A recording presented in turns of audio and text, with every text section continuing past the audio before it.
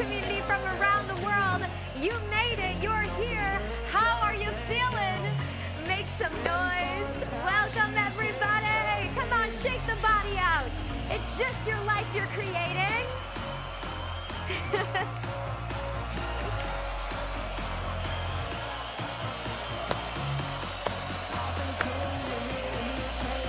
That's it. Welcome. Woo!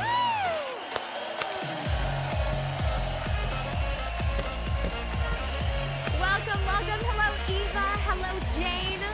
Richard is going crazy. You're thriving, my man. Welcome, Tim, Marie, Vanessa. Beautiful energy, everyone. Welcome, Nick. Welcome, Melinda, Joe, Mike. Hi, our VIPs. Holy smokes, I gotta tell you guys, VIPs, your energy is out of this world, but we've got you on YouTube and Facebook, and there are over 900,000 of you tuning in for the Time to Thrive Challenge 2022 with the legendary Dean Graziosi and Tony Robbins. Woo! We are so thrilled to welcome you guys here. At the start, day number 1 of this incredible challenge, I said over 900,000 of you, which is basically 1 million people from around the world. I saw, we printed for me, New York, London, Australia, Singapore. It's 2 a.m. in Singapore right now. Can we give some love? And where are you guys from? Put it in the chat box. People are tuning in the morning, in the evening, in the afternoon, making their life a masterpiece and choosing to be here. And that's just something to celebrate. And we wanted to start this very special day by setting the tone and letting you know that you're making history here today. Every single one of you, your beautiful smiling faces, choosing to invest your most precious asset, which is your time, to be the creator of your life. Almost nearly 1 million of you tuning in today to be the creator of this beautiful life that you have. And that's what these 5 days are about. It has been an insane couple of years. And if you can relate to that, put I relate inside the chat box. I feel like we blinked and 2019 turned into 2022. And being able to learn from Tony and Dean and having them as my own mentors, they say that there's so many people that they have worked with and seen at their own events and trainings that have just been living in survival mode. And when I heard that, I was like, I really relate to that. And I wonder if any of you have ever felt like you had just been surviving, like getting through, just getting by. And on behalf of Dean and Tony, we want to acknowledge you right away at the start here today, because if you're here dedicating your energy, your emotion, your time, your most precious asset to be here, it says a lot about you. And we're all over the globe. You know, we're strangers starting off right now, but I know something about you. If you chose to be here, to tune in live, to accept the challenge, it's because either deep down in your belly or right on the surface, you know that there is another level for you. You know you are meant for more. You know that it is time to thrive, not just to survive. We didn't call this time to see what's up, time to maybe change my life. We called this time to thrive for a reason, because this is the moment. There's no better time, there's no better person than you, and there's no better experts than Tony Robbins and Dean Graziosi to take you on the journey. So can we take our hands up and give ourselves a round of applause, because you're magical and you're creating history here today, and we want to celebrate you guys. So congratulations. It's truly something special. My name is Carissa Kuchis. I will be your host, your guide, but above all and most importantly, your teammate right on in this thing with you. Over the next 5 days, I'll be with you at the start of every day at the challenge, just to make sure you're set up for success and you can have a big, deep breath, that you know exactly what to expect and how to get the most out of this challenge. My job is to get you ready to train with the giant. So Tony and Dean gave me about 4 things that they want me to share with you to help you get the most out of this day. And in just a bit, I'm going to share that, but I want to get you ready for what this experience and this challenge is actually all about. You have people like Tony Robbins, Dean Graziosi, Jenna Kutcher, Russell Brunson, Glo Atanmo, Brendan Burchard. You've got Alex Hermosi, Rachel Miller, Lisa Nichols, and I almost can't even believe the last one, Matthew McConaughey. But it's good to remember that people literally spend thousands of dollars for minutes of these people's time. And you're gonna have 5 days training with them. So how the heck are you gonna get the most out of it? I told you that Tony and Dean created 4 ways that you could just crush it, okay? At the Time to Thrive Challenge. I'm gonna share them with you right now if you wanna know them. Do you wanna know them? Come on, give me a little energy. Move the body, shake it out, double fist bump, say yes. Gosh, this group of VIPs, I gotta tell you guys, you're insane. Your energy is just off the charts. Okay, let's dive into it, and then I'm gonna get out of here because we wanna get the day started. Number 1 tip to get the most out of this challenge is dedicate the time, okay? Tony and Dean are very smart, and they have designed this challenge specifically, the next 5 days, to combat the flaw of the human mind. What is the flaw of the human mind? The flaw of the human mind is the human mind loves to start things and sometimes not finish things. And if you can relate to that, say I. Okay, I sure have been there before. And if you've ever started and not finished, these 5 days are designed to help you stop that behavior, because you're gonna have so much confidence and pride in yourself when you finish it. And so our challenge to you is don't just start day 1. Be here every single minute. In fact, every single day, don't miss a minute, because to miss a minute is to miss way too much. So I've got a question for you.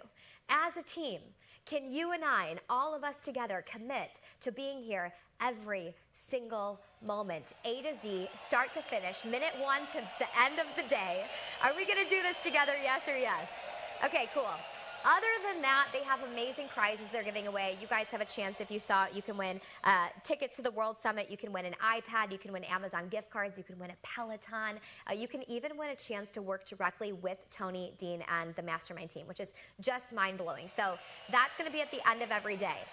Also at the end of every day is going to be some little atomic bomb of insight that's going to blow your mind, and Dean and Tony have strategically decided to not share that piece of wisdom with you until the last couple minutes to incentivize and help you really start to finish things, because that's a habit that you want to build. So number 1, dedicate the time, be fully here.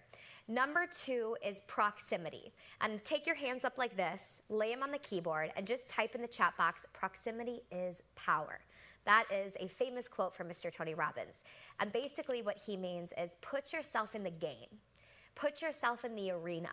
Put yourself around people and experiences and environments that will foster, ignite growth in you, that will, like a flower growing, pour water on you so you can grow and sprout. That's what this experience is. But recognize, when you look around your Zoom room right now, or you look in the chat box on YouTube and Facebook, these people that are just as crazy as you are, that said, I don't just want to survive, I want to thrive. You all decided and chose to be here, and now you're in proximity with people that think the same way as you.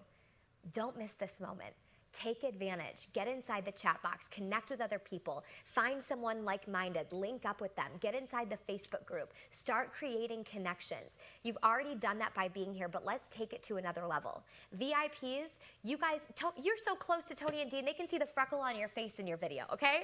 So remember your video camera is on, number 1, but you guys have a great opportunity to be in proximity with Tony and Dean. You know, they're only 8 feet away from this screen right now, so they're seeing your faces. They're seeing the way you engage. So have energy in your body. Get inside the chat box and communicate there like crazy. And when you're in that proximity and you're in that energy and you're playing full out, there's no limit to the amount of information that you can take in and also retain. Okay? So if that one makes sense, double fist bump, say yes. Cool. One more reminder for VIPs, those of you that are in here with us in the studio, remember that you have your VIP Q&A with Tony and Dean after the event today. So if you haven't yet submitted, so many of you have, but if you haven't yet submitted your question for Tony and Dean, you can go to your dashboard and do that right now, and they're literally going to have your questions and then connect with you and answer them live. It's the coolest thing ever. If you are wanting to join VIP, do not worry, it is not too late. You absolutely can do that, and instead of me sharing the whole package, you can just go to thrivegoldcard.com, and it's still open for you. So you can absolutely get in. You get the VIP Q&As every single day. You get backstage access. You can hang out here with us in the studio. You're in the chat box. You're on the screen. You also get lifetime access. So you get to keep the whole challenge like forever. So in 10 years, if you were like, I need to thrive, you could pull this out and watch it and re-engage with it. And they donate, I think, 50 meals to Feeding America. So all of that for like $47. $47. It's crazy. So that's VIP. ThriveGoldCardVIP.com. Not too late, but you want to go fast and get it, and they can refresh you and get you in here right now, okay? Number 3, and we're almost done, I'm getting out of here, is be open-minded. You know, Tony and Dean are introducing you to an industry that they've been in for over 60 plus years, so they have a lot of wisdom in this. They and our incredible lineup of speakers are going to be sharing many things with you today and for the next 5 days. And so they want you to think of something called the jacket approach, okay? Pun intended, because obviously I have a jacket on, but it's like trying on ideas. So even if your initial thought is, that might not work for me, or that could work for me, or I don't know, today and every day of this challenge, we just want to try things on. See how it fits. Maybe it works, maybe it doesn't, but there's a science to this, okay? They're gonna plant these seeds, these ideas for you, and they might bud and grow into something that changes your entire existence. So can you commit to having an open mind? Yes or yes? I'm not even gonna give you an option for the no. Okay, cool. And then our final one, which is my absolute favorite one to share, and this one really comes from Tony. It's like his deepest passion. He says to play full out, and it's kind of like playing full out in your life. If you only give 50 or 60% of yourself, then you're gonna have a 50 or 60% awesome life. And we're not here to do that. Who's here to have like the full capacity existence on earth, okay? As much joy, passion, love, energy, success that you could possibly imagine, okay? I know that's my case. And so he says playful out, but what he really means, okay, my interpretation of that is you've got to have energy. And there's a phrase that he uses that I love, and it's really stuck with me. And take your hands up like this, lay them on the keyboard, and type this in. He says, physiology first. Physiology is the way you move your physical body, very good. And why would that be important? If you came to this amazing 5-day experience where we said that it's your time to thrive and you could transform your life and you're meant for more, and you join us and you're sitting down in your seat with like 14 browsers open and your hand on your face and your cheek and laying down like you're in 7th grade algebra, information going in one ear out the other, we've all been there. Science actually says that your retention level is only at about 10%.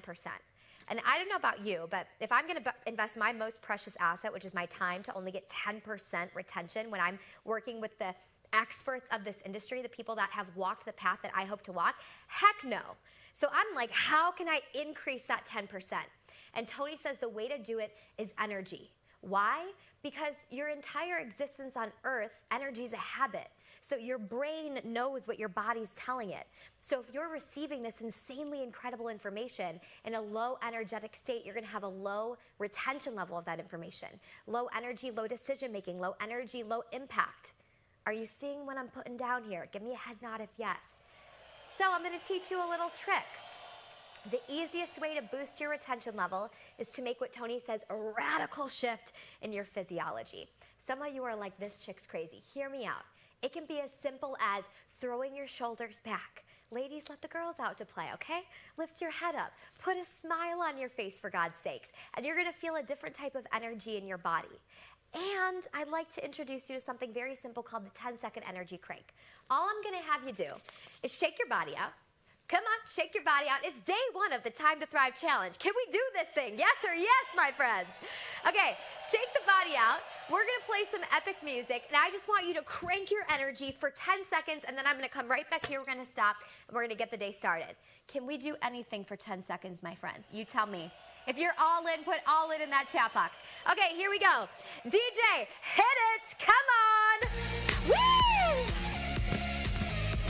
Yes!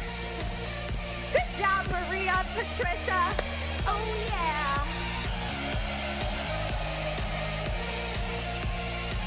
You guys are so great.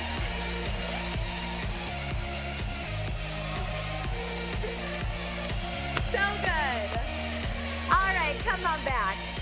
I had to play with you at least once. It's going to be a beautiful, immaculate day, an amazing 5 days, and it is officially time to thrive. So our first guest hitting the stage is somebody that is so incredibly brilliant, that you are going to not only hear what the knowledge industry is, but he's also going to explode your mind and heart. Multiple New York Times bestselling author, entrepreneur, investor. He's built or been a part of over 15 different companies, godfather of the knowledge industry, and #1 internet marketer in the world, just an amazing man. And I can rattle off his bio, but my dear mentor, we put a video together so you can really meet him and get to know him. But let's welcome Dean Graziosi to your screen. Today we're in the company of a phenomenal success story. Dean Graziosi is a multimillionaire, New York Times best-selling author. Talking about over 1 million books sold total. We have a living legend, Dean Graziosi. We have a living legend when it comes to personal development. You're talking about a man who's hundreds of millions of dollars in sales. One of the biggest names in the history of this segment. He's also reaching millions of people online and is live. So much. You've impacted so many lives. We literally booked this event because we wanted you to come speak at this event.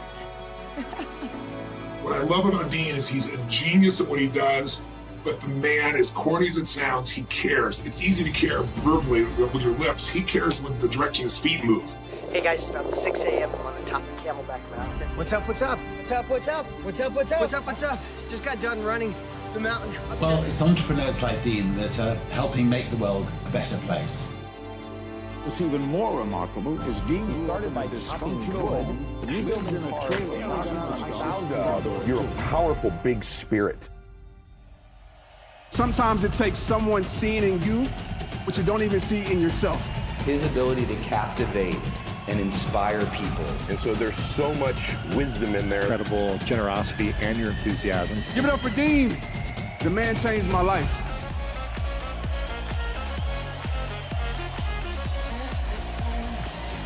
What's up, guys?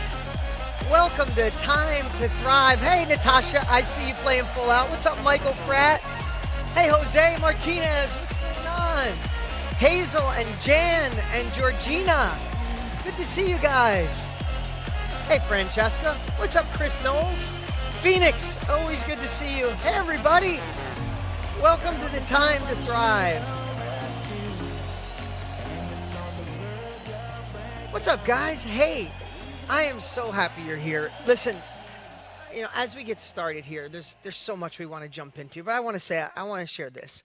There's a lot of changes going on in the world right now. We know that. And a lot of people are looking for that direction. They're looking for where things are going. They're looking for certainty, looking for a path or where to start, what to do.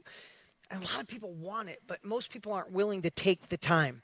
I know we didn't charge it. Those of you in VIP, amazing. In fact, let's put VIP back here too. I want to see you guys. But you took the time, and we don't take that lightly. You're here with us. Again, most people talk about it. You're here. So I want you to know the time, effort, and energy, Tony, myself. Tony prepped for 2 days. Like, when he's here in a little bit, he's going to rock the house. We got Jenna Kutcher, who's going to be here later. We have designed this day and every day to build upon itself. So the last thing you'll say is, I can't believe I did it. What you'll say is, thank God I didn't miss it. You guys ready for an amazing 5 days? I see your energy, and I appreciate you. Listen, we know the world has shifted. We know there's a lot of changes out there, and we could focus on what's wrong, or we could shift our mind and to look for opportunity on what's right. You know, you're going to learn from Tony later today, and I love that saying. What's wrong is always available, but what's right is always available too.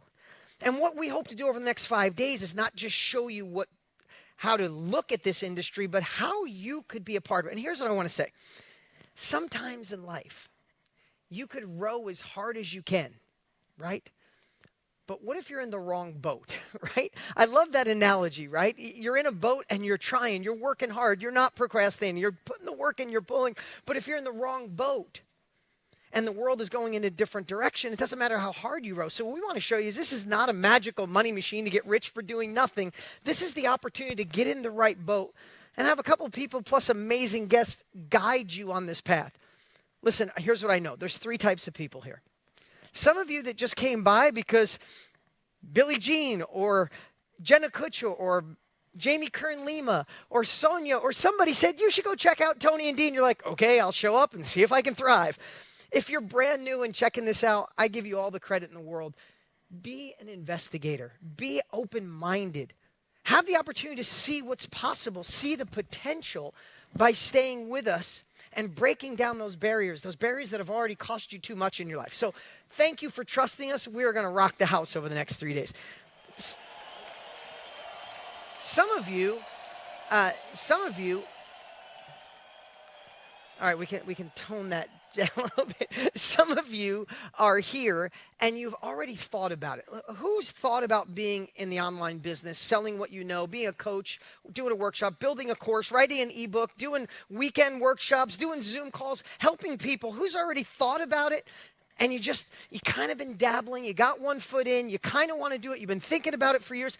You are in the perfect place. We are going to bust those myths and give you capabilities. Every day is designed to build upon, listen, today, why this, why now, and why you?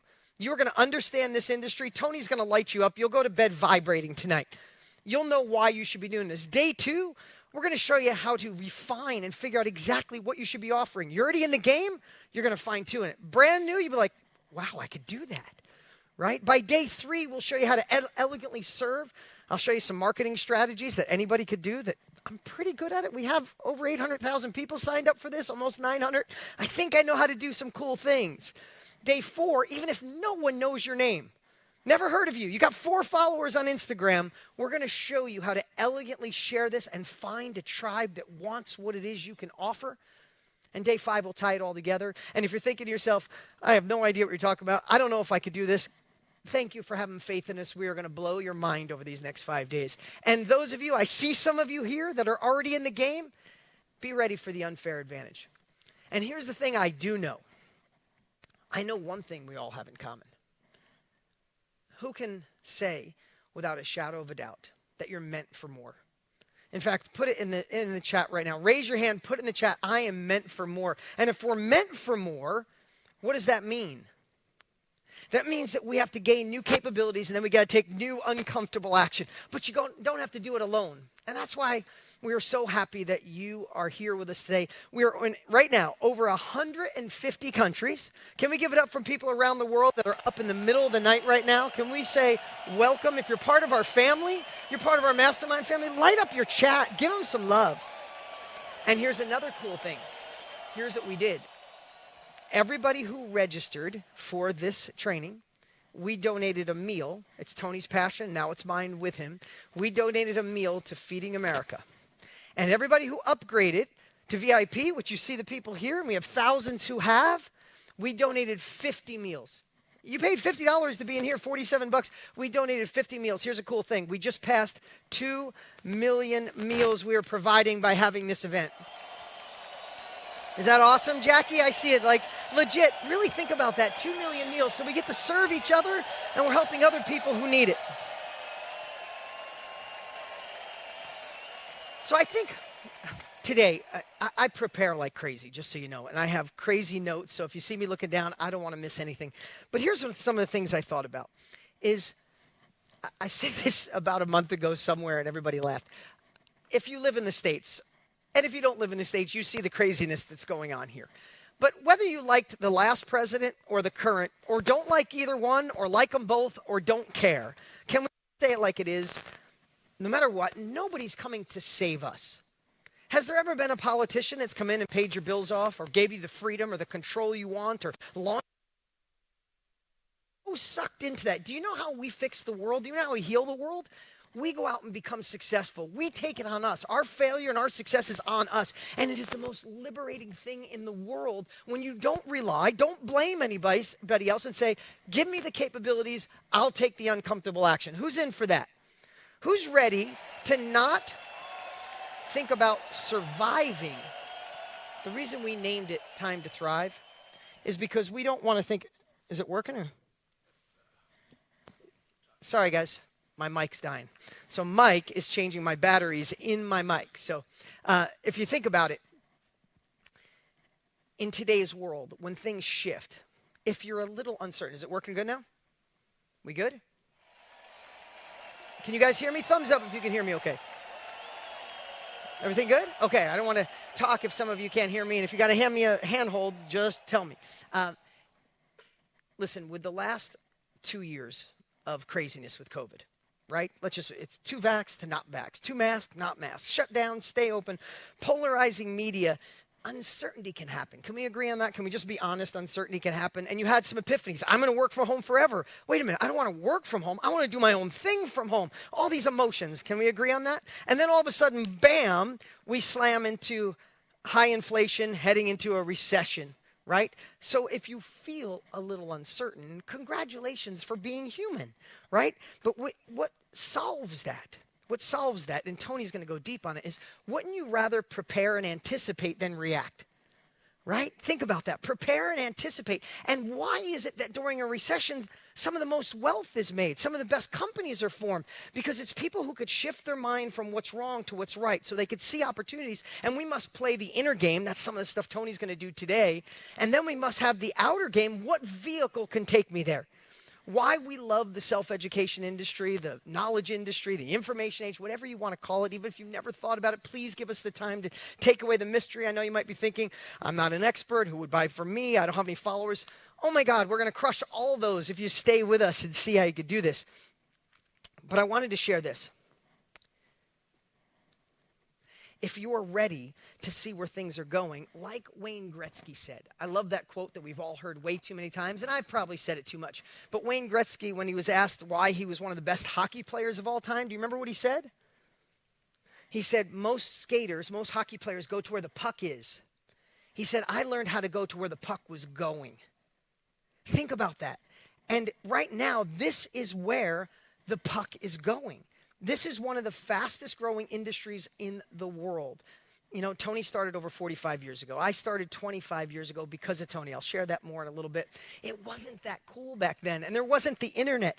Today, because of the opportunity for easy access, easy entry, this industry is exponentially growing because people don't want to learn from school. They don't want to learn from traditional education. They want Kathy or Reese or Lori or Eleanor or Robert to share their experience in a course, in a workshop, in a coaching program, and that's why this industry is exponentially growing. In fact, it's growing. We good here? We good? We still got, okay. We okay, guys? Okay. Sorry. You can tell we're live. Just let me know if something's up.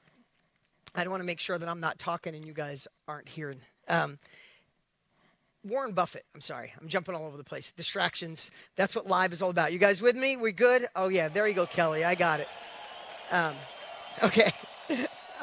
Warren Buffett. If you know who Warren Buffett is, most of you do. He does a yearly address. And I would say Warren Buffett is considered one of the best investors in the world. He's in his 90s. He's got a lot of wisdom on this earth. He's sitting on $150 billion right now, getting ready to invest.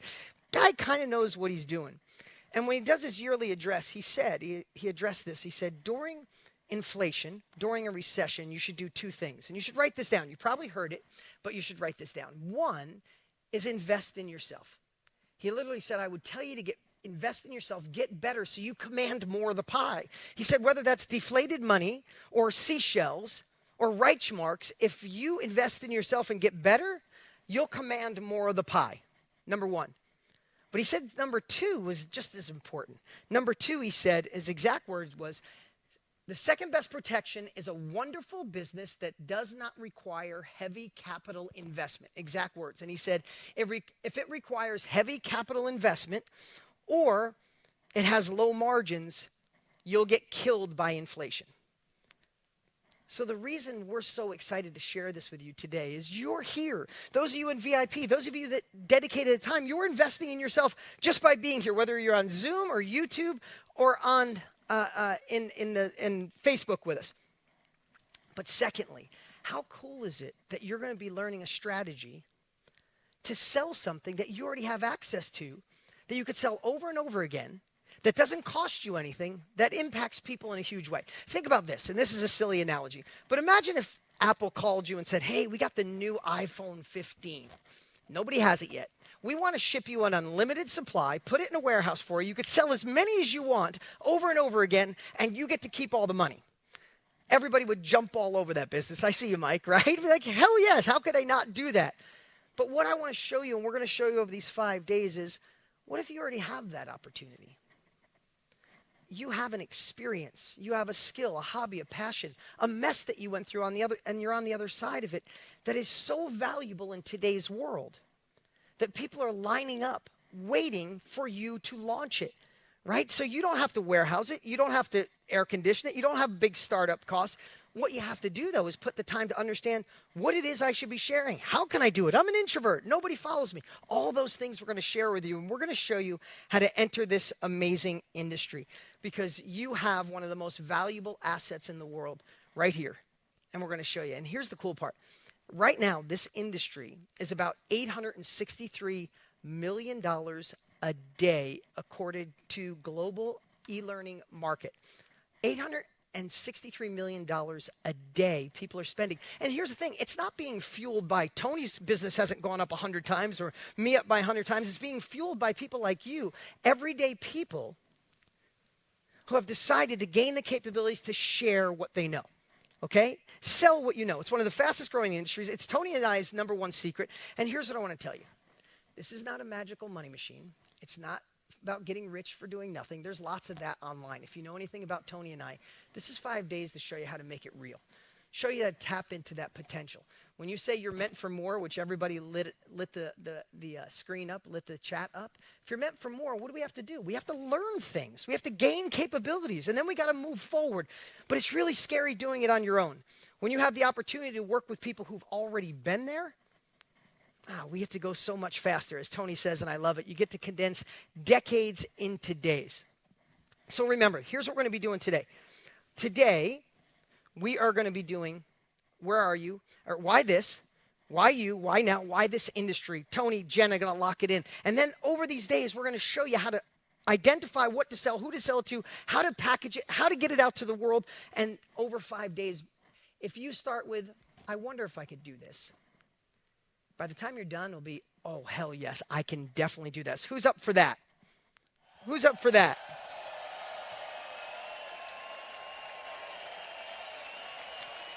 When people ask me, but I don't know if I have any value, I love this question.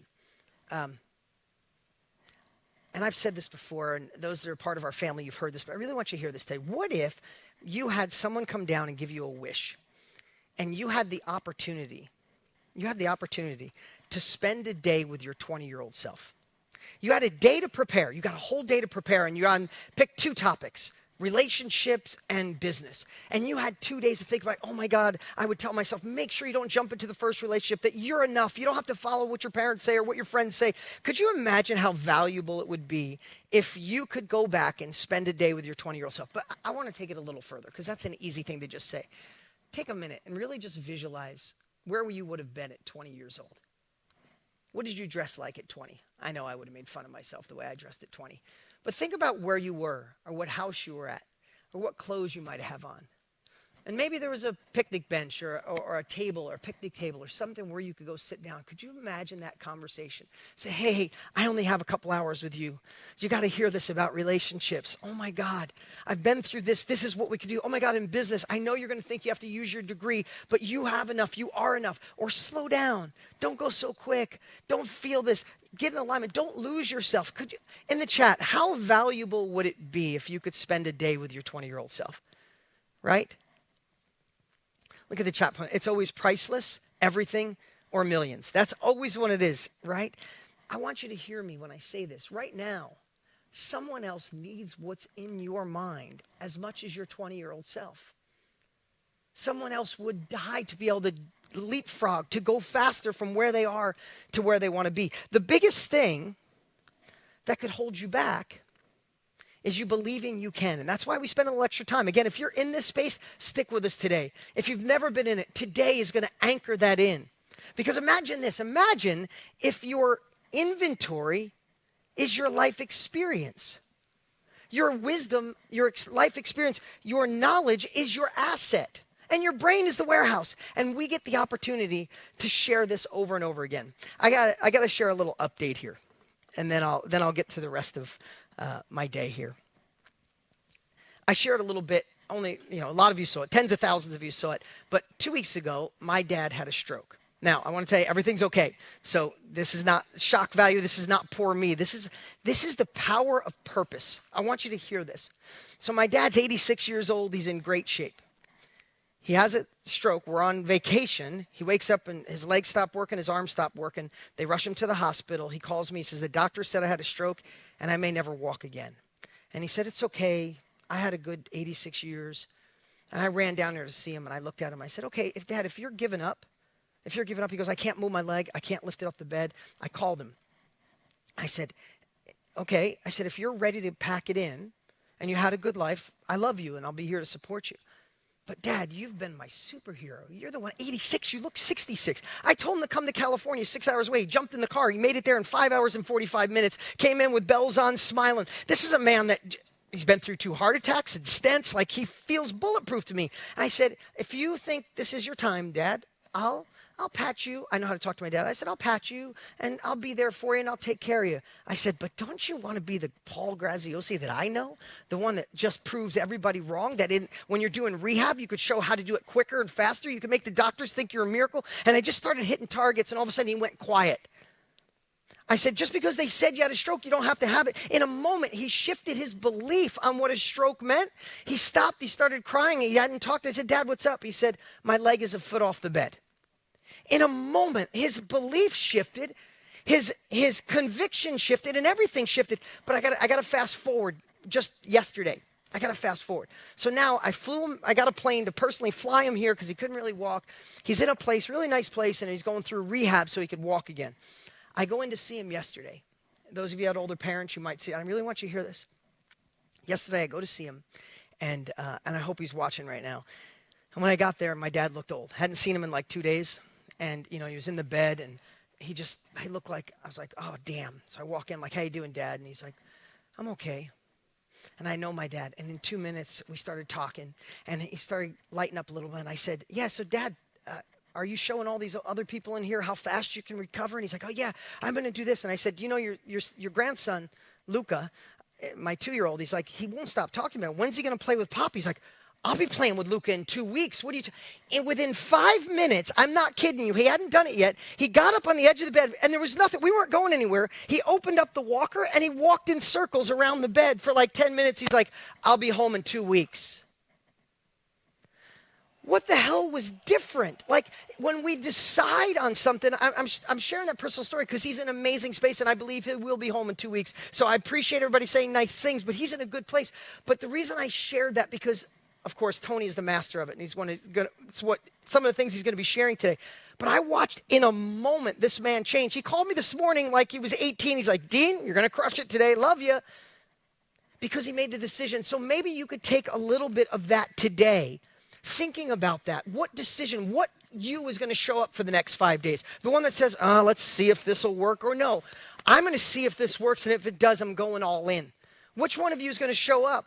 Who's all in? Right? If we're going to do this, I'm going to be all in. Tony's all in. Jen is all in. All the speakers that are coming all in, put it in the chat. I'm all in, because all I know in life is nobody's coming to save you, and it's on us. You see, you came here for one of 2 reasons, right? You're either moving away from something that's not so comfortable, or you want to move towards a better future, or you want to do a little bit of both. We are going to have to learn. We're going to have to see where the puck is going. You're going to have to face some of that, I'm too old, I can't do it, nobody's following me. You're going to have to bust those beliefs. Thank God we got Tony coming, and you're going to have to anchor this in tonight and show up tomorrow ready for strategy. Who's ready to show up tomorrow ready for strategy? Who's ready to light it up today, right? So before I get to that, though, I want to share a little bit of my backstory, because I think it really sets up, and I got a little something on the whiteboard, and Tony will be here in about 10 minutes, ready to light it up. But I want to, maybe this will align with you. Long story short, as a kid, my parents got married and divorced a lot. Actually pull that up really quick. I lived in that trailer with my mom when I was about 7 years old, until we got evicted from that trailer. I went and took a picture of it a couple of years ago. You can take that down. But I remember as a young kid, we all have the thing. I wanted to move away watching my mom work so hard. The reason I worked hard, I wanted to retire my mom. I wanted to take care of her. That woman worked 3 jobs to make nothing, and she didn't get the respect she deserved. So I was all in at a young age. I had no idea how I was going to do it, but I hustled. And we've all hustled. You guys wouldn't be here. And I started a firewood business, and I fixed wrecked cars, and then I got a collision shop, and I got a tow truck. Then I started getting into real estate, and I started getting momentum. But who's had a little success in your life, but you knew you were meant for more? We said that. Like, I had this burning desire, like, I'm getting momentum, but this is not my life. Like, it's everybody else thinks I should be happy with what I'm doing, but this is not my life. And I felt that every day. And all of a sudden, I bought this course from Tony Robbins off a late night infomercial. Family told me I was nuts. My dad's like, you paid for somebody to talk to you? I could talk to you, right? You know that feeling. But man, that guy talked to me and I devoured. It was so long ago. It was cassette tapes with a Sony Walkman with orange earbuds. Only those of you a little older will remember that. I devoured that tape and two things happened. And you really got to hear this. One, I realized that all the craziness I went through happened for me, not to me. Maybe the most profound change in my life. And I realized that was my momentum, that I was meant for more. I could do more. I could be more. But the second thing, more profound, is Tony. I invested in Tony. He gave me knowledge he learned from Jim Rohn and his own life experience and other people. And it changed my life. I was all in. In that moment, I knew I wanted to be in this business. I wanted to help people and get paid to do it. Who'd like to help people and get paid to do it in the new way to do it? Right? So I go all in and I decide to build a course. And here's my first course. Please pull this up really quick. It was called Motor Millions. Yes, cheesy. Who would want to make money with cars? You would think, what the hell is that? Motor Millions? You can pull that down. I create this course. Now, this is before the internet. So I had to build books and courses and tapes and get them printed. And then I had to put up a ton of money to film an infomercial because there was no internet. There was not even MySpace. There was no podcast. There was none of that. So I put up the money for an infomercial. Then I have to put the money up to buy the media, which was like I was like $250,000 into this thing. And all of a sudden, using some credit card money, my sister drives up from Virginia. I lived in New York, to sit me down like an intervention and say, are you insane? We are so proud of you for what you've done. But you went too far. You're in debt now. You're not a guy that teaches. You didn't even go to college. I love you. We're so proud of you, but you went too far. Enough's enough. I need you to stop. Now, this is my sister who I love dearly, and she's amazing. And then I had the same talk with my dad and my friends, and this is what I want to tell you. And maybe you've been there. There was a day in this little town in upstate New York where I took a walk. And I took a walk with two conversations in my head. And I don't know if you've been there, but they were a millimeter apart from each other. One was, I can do anything I want. I want to be in control of my time. I was meant for more. And the other voice was like, you're not Tony Robbins. You're not 6'7". You're not dynamic. You don't have friends like he does. You don't have money. Who the hell's going to buy from a squeaky-voiced 27-year-old upstate New York guy on how to make money with cars? And I remember, have you ever had those conversations with yourself where they're a millimeter apart? I can do this. You're absolutely insane. And you're going back and forth, and you got to bring in that why. And I kept saying, but I'm meant for more. Who cares? You're kind of dumb. You had dyslexia. Who's going to listen to you? I was absolutely going crazy, but I want to tell you my epiphany and how this epiphany is going to play out even tomorrow when I teach, and we teach deeper on identifying what you should be offering. This epiphany came when I realized, you know what? I'm not going to teach people how to run $1 million a month car business. I don't know how to start a new car business. I don't know about car insurance. I don't know about any of that stuff. I had a strategy that helped people flip one car a month using the paper classified ads, something that just don't even exist anymore. And when I started thinking, I'm not going to be something to everyone. I'm just going to be something to a small group of people that want to flip an extra car a month and maybe make a few $1,000s a month. And when I started thinking about that, all of a sudden, my confidence started to build. And some of the process we're going to go through, my excitement started to build. And I realized that I could serve this little group of people, but in the real world, that little group of people was still hundreds of thousands of dollars. And I remember getting done with that walk and saying, no, I could do this one thing. I won't pretend to be anybody else, but I know this one thing. If anybody wants to learn to do one car a month, I'm your guy. Anything else is somebody else. And I launched Motor Millions. And here's the thing. It wasn't perfect out of the gate. But I'm here because of it. I'm here because I knew I wanted to be in control of my life. I'm here because I knew I was meant for more. I'm here because I invested in Tony Robbins and he gave me knowledge that shifted my life to this day. This morning I woke up and sent him a text, and my text to him this morning is, I appreciate you, and I do. The man, if he didn't sacrifice and share what he knew, where would I be? And where will someone else be if you don't sacrifice and share what you know? If you don't learn the capabilities, you have something you've gone through that someone else is going through right now. And you could get them from where they are to where they want to be faster. Listen, from that dyslexic kid in that little town living in that trailer, I've gone on to start 15 companies. I'm a multiple New York Times best-selling author. I've had more success than I can ever imagine possible. Tony Robbins is my partner. We get to talk every single day. And I've been able to take care of my family in a way that I never could have imagined. But it all started with that millimeter difference between this isn't for you to it must be for me because I am meant for more. I'm meant to do bigger. I'm meant to go into my heart. I'm meant to serve. Whatever it is for you, we must find that. And when you do, there's nothing that can stop you. And what I hope to make you optimistic today before we just in a few minutes go to Tony is be optimistic to know that we have identified over 4,700 different niches of people doing the craziest things and having success all around the world. In over 150 countries, we've taken people that said, I don't think I could do this, to holy crap, I can and I will. Why do you think this industry is heading towards $1 trillion a year? Because of people like you. 4 years ago, Tony and I decided our legacy is to pull back the curtain and show you how we've done it, but show you how to do it from the beginning or get out of that stuck in the middle or how to take what you're doing to the next level. Who's all in for that?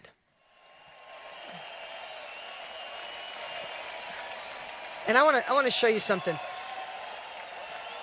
If you could pull up the slide really quick. Pull up the slide really quick.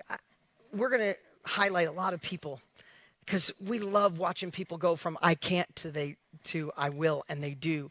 And I'm going to make them really quick, but Karen Freud, you know why she wanted to do it? Because she wanted people to feel the Peruvian heritage her parents and grandparents gave to her, and she felt she was losing it. It was her passion. She's like, what am I going to do? She quit her corporate job and went all in, and now she's selling courses teaching people the Peruvian history, lighting up her heart. Would you ever think that that's a possibility? Crystal went through a lot of ups and downs, and then she figured out how to raise money to set up a nonprofit and raise money. She went through some amazing things in her life. By 28, she was kidnapped, molested.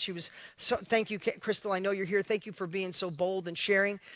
But she decided to share a course on how to set up a nonprofit for people that didn't know. And now she's crushing it, selling a course on that, even though she doubted herself. Who would buy from me? She's killing it, and we're so proud of Crystal. Brian, he had a business, an in-person business, a production company. COVID came, wiped him out. So he decided to write a book. Had dyslexia, like, how the hell am I going to write a book? He figured it out. He not only wrote a book, it became a bestseller. So he took that courage and said, working with us, he's like, now I'm going to teach people how I wrote a best-selling book, even though I'm a nobody. I don't mean that in a nobody, but he didn't have a following, didn't have a history. And now he's teaching people, selling courses. You see how, you could take that down. You see how the craziest things become, you could take that slide down, guys. The craziest things can become your niche. And I want to go to the whiteboard really quick. I'm about 5 minutes over, but I think this is really important. Come on over with me. If we call the best explanation I know for the knowledge industry, the self-education industry, the information industry, some of you have seen this, but I think this changes all of it. And today's the foundation. What's today about? Why this? Why now? Why you? So I want you to think about this as life. We're going along this journey of life, and something happens. A mess happens. You go through a divorce. You find an illness that you got to fix. The company you're in shuts down.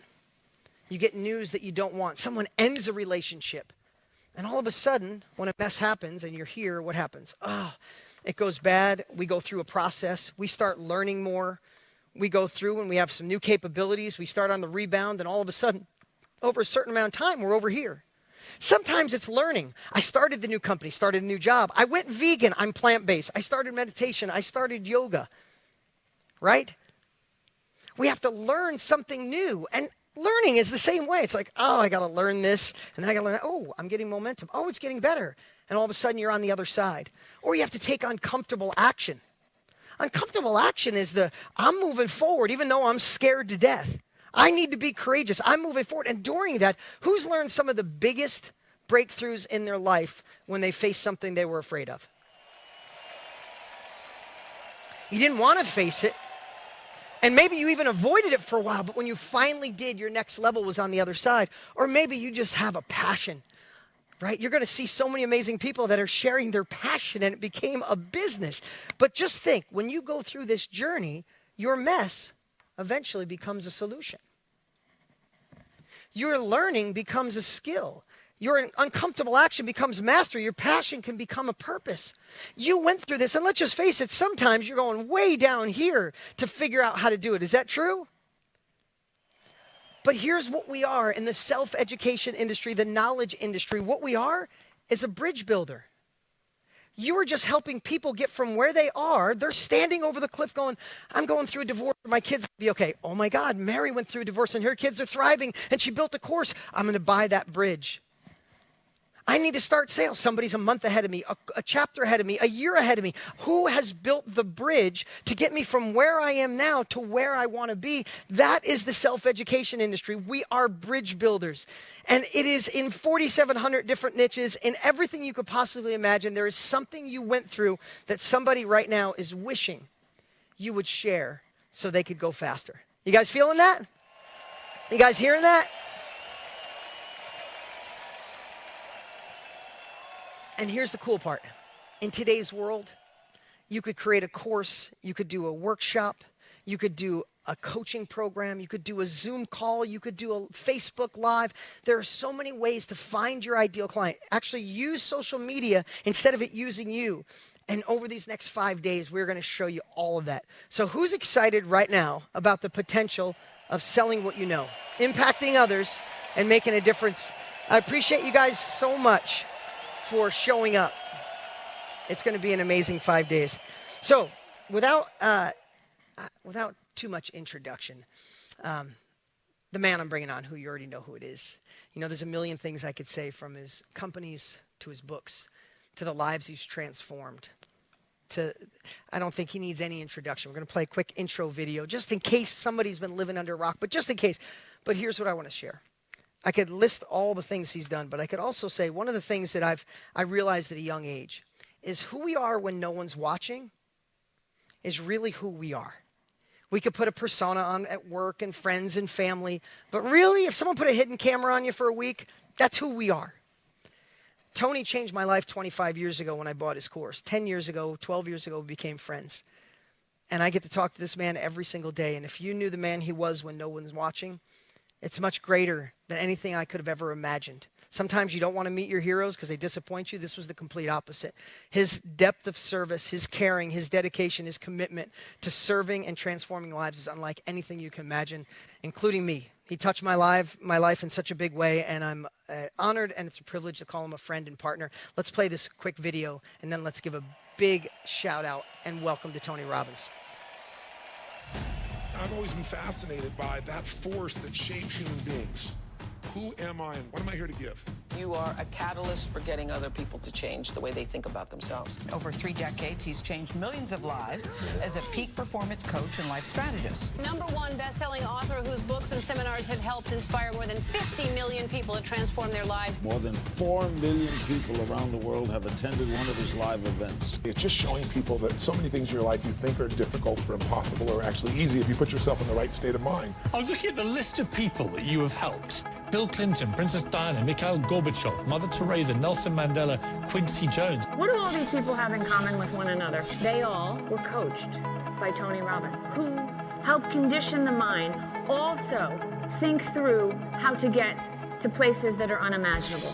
Forbes magazine just named him 100 most influential, powerful people in global finance. Forbes top 100 celebrity ranking, top 6 business leaders in the world. I could go on and on and on. Business is a spiritual game, that it's about how do you add more value? How do you do more for others than anybody else in the marketplace? That's how you dominate. We do have $6 billion in business. I came away with, it's not about motivation as much as it is allowing people to tap into what's already there, like a catalyst. And every person in this room who's achieved anything, we've had that hunger. The question is, where's your hunger now?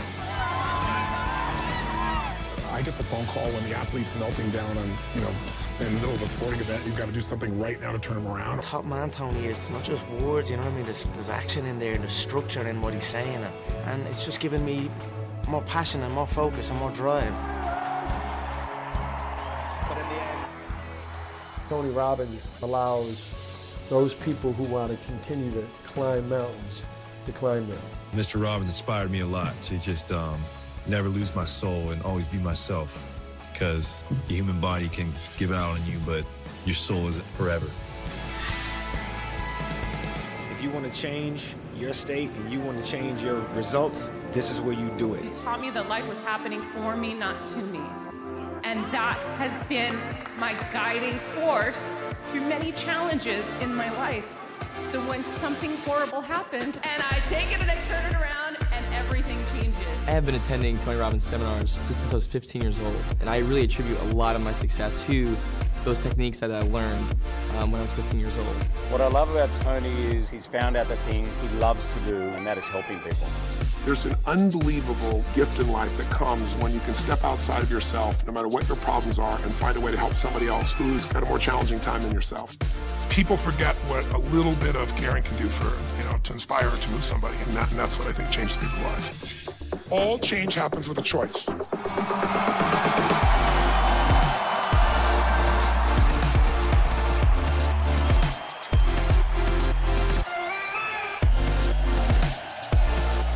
Everybody, Tony Robbins.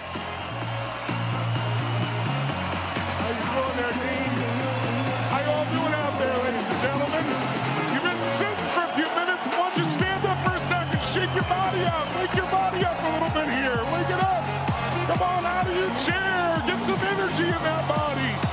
Come on, I can see you, Laura Porter. You can do it. AJ Koshiki. Out of your chair. Just create some energy. There we go.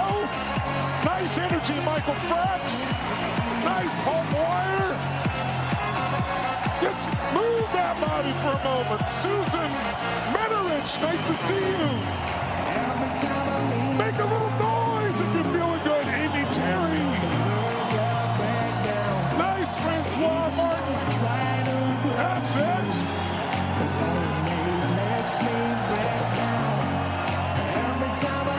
Kathleen Bordeaux's got the moves. Yeah, Christopher Boyd, come on, baby, show us your moves, Christopher. There you go.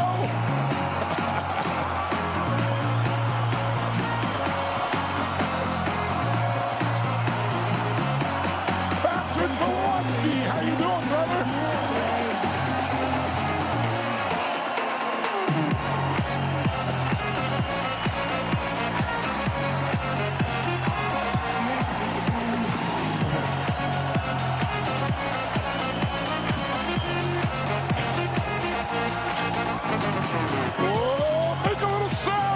Jump out there. Make a sound that excites you, ladies and gentlemen.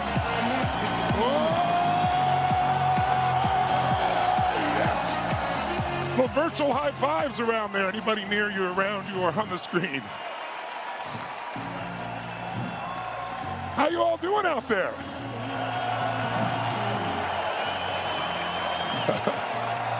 First of all, I want to thank Dean, my partner. Dean, give it up for Dean, first of all, ladies and gentlemen. Give it up for him.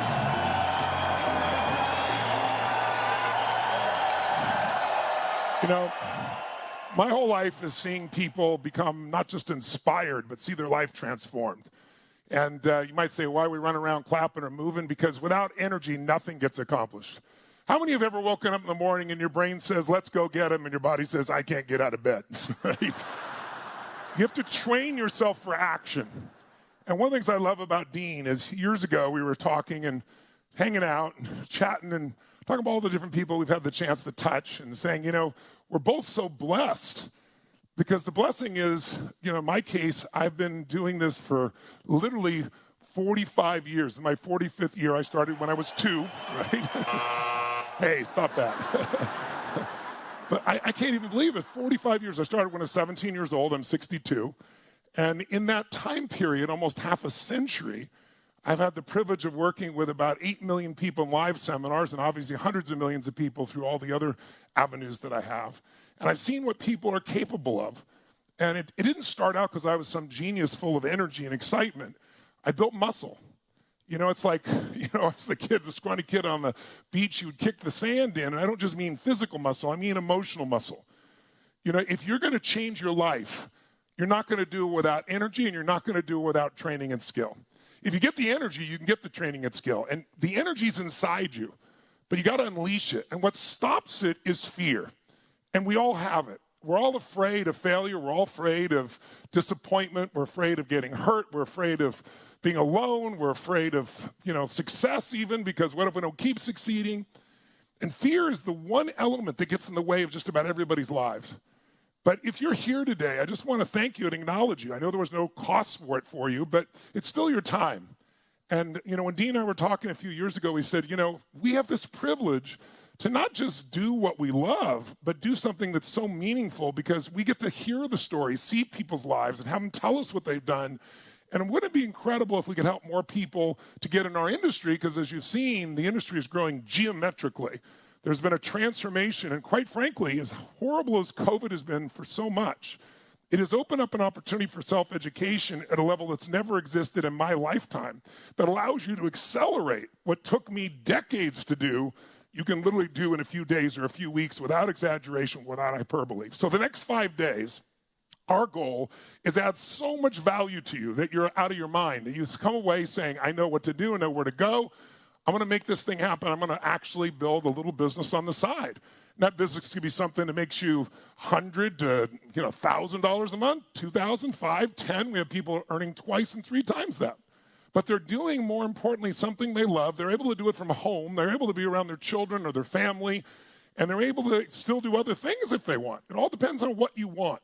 So I don't know why you came here or why you're interested. I don't know if you're frustrated with inflation, you're worried about what's happening to the economy, where the country's going, and you're like, I want to find some way to take control of my life financially, my own little economy. Or maybe you're doing great, you just want to take it to another level, or maybe you're doing extraordinary and you just want to magnify it. Whatever your goals are, the next 5 days, we're going to over-deliver for you. But I want you to know just up front the secret to it all, because you're going to meet so many different people. I'm 6'7", I'm somewhat passionate, I have a hard time expressing how I really feel about things, that kind of thing. So I might not be the role model for you. You might say, well, I'm nothing like that crazy, tall, insane guy. By the way, I was 5'1" in high school.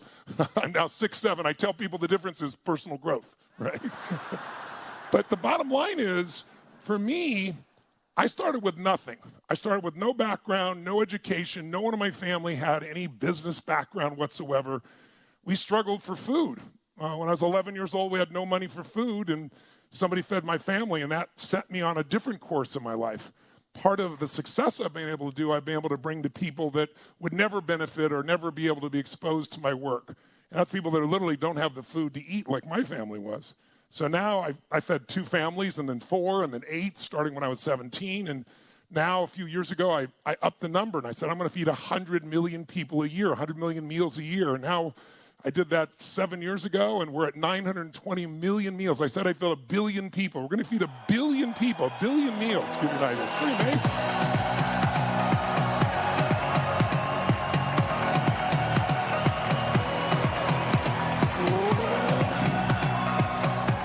And I tell you that not to, pat myself on the back. It's just, it blows my mind that I went from a place where we had no food to where I can provide 1 billion meals for people. I'm also doing now a 1 billion meal challenge, an X Prize, where we got people competing around the world to feed the next 1 billion.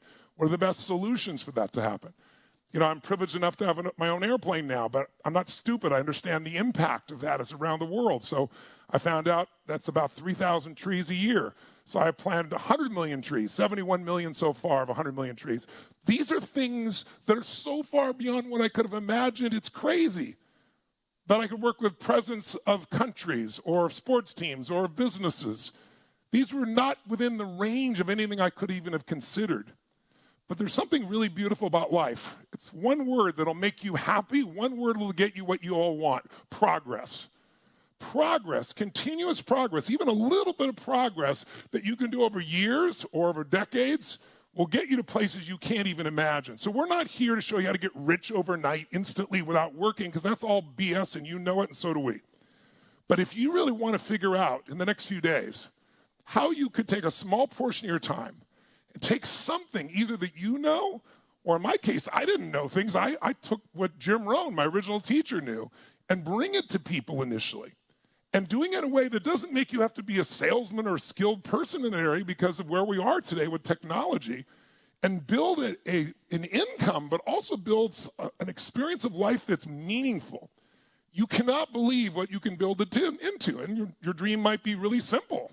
Might be something you can achieve in a few months or a few years. It might be something that you're going to build over many years. But the answers are here. And you'll see them in so many examples over the next few days. You'll meet Jenna Kircher, a friend of ours who, spent, I think, $300, if I remember, for a camera that she bought, and started taking pictures, and then started saying, I'm pretty good at this, and started learning more, and then started helping other women, saying, look, you could develop this as a business, and then developed her courses. And now Jenna's a full businesswoman, making millions of dollars per year in a business where she gets to be home with her kids and raise them and have a beautiful time. She's become a dear friend, and she's got time for life. She isn't rushing around trying to figure out how to make it all work. She's doing it her tempo, her way, and really doing incredibly well.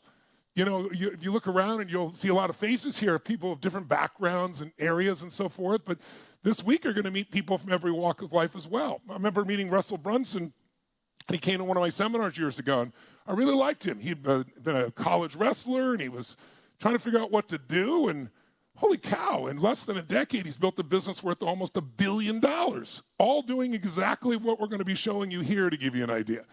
And then there are people that have figured out simple things, like, I have 5 kids and 5 grandkids, and my oldest kid is now, my oldest daughter is 48. My youngest daughter now is 14 months old. So I got quite a span, to give you an idea.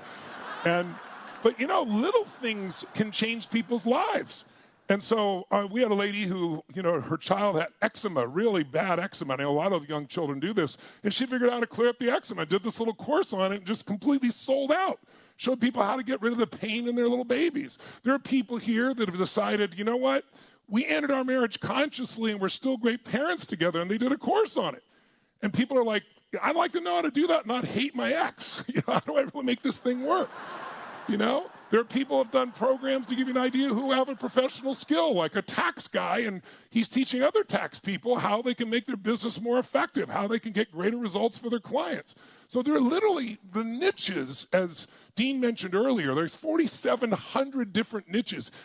There's something out there that some problem you have, or your problem becomes a gift because you can solve it for other people. Almost everything I teach, it's not I'm so smart. It's just like, whenever I had a huge problem, whatever it was in my business or my body, I was overweight, I couldn't turn it around, I was 38 pounds heavier, or whether it was finances, whatever it was, the one thing kept me going is like, if I can solve this within myself, then I can help millions of other people solve it. And today, millions of other people is not an exaggeration because of the internet.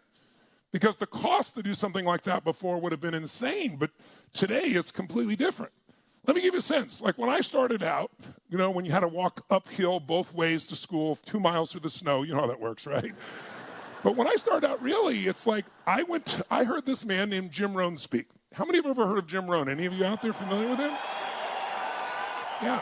He was a personal development speaker. He passed away about a decade and a half ago, and he's a beautiful man. I was 17 years old. He was in his 50s. And a friend of mine, a friend of my mom's actually, hired me to work on the weekends. I'm in high school. I'm trying to help pay for our family for food. We're really struggling. And so I worked on the weekends any way I could. And this guy had furniture moving. And so I had just grown about 8 inches. And I was like, okay, I can do this. And while I was there, I remember talking to this man. And he said, you really are a hard worker. He goes, I think, with your attitude and mindset, you're going to do well in the world. And I said, well, I want to do more than well. I want to do magical things. I want to do things that make life exciting.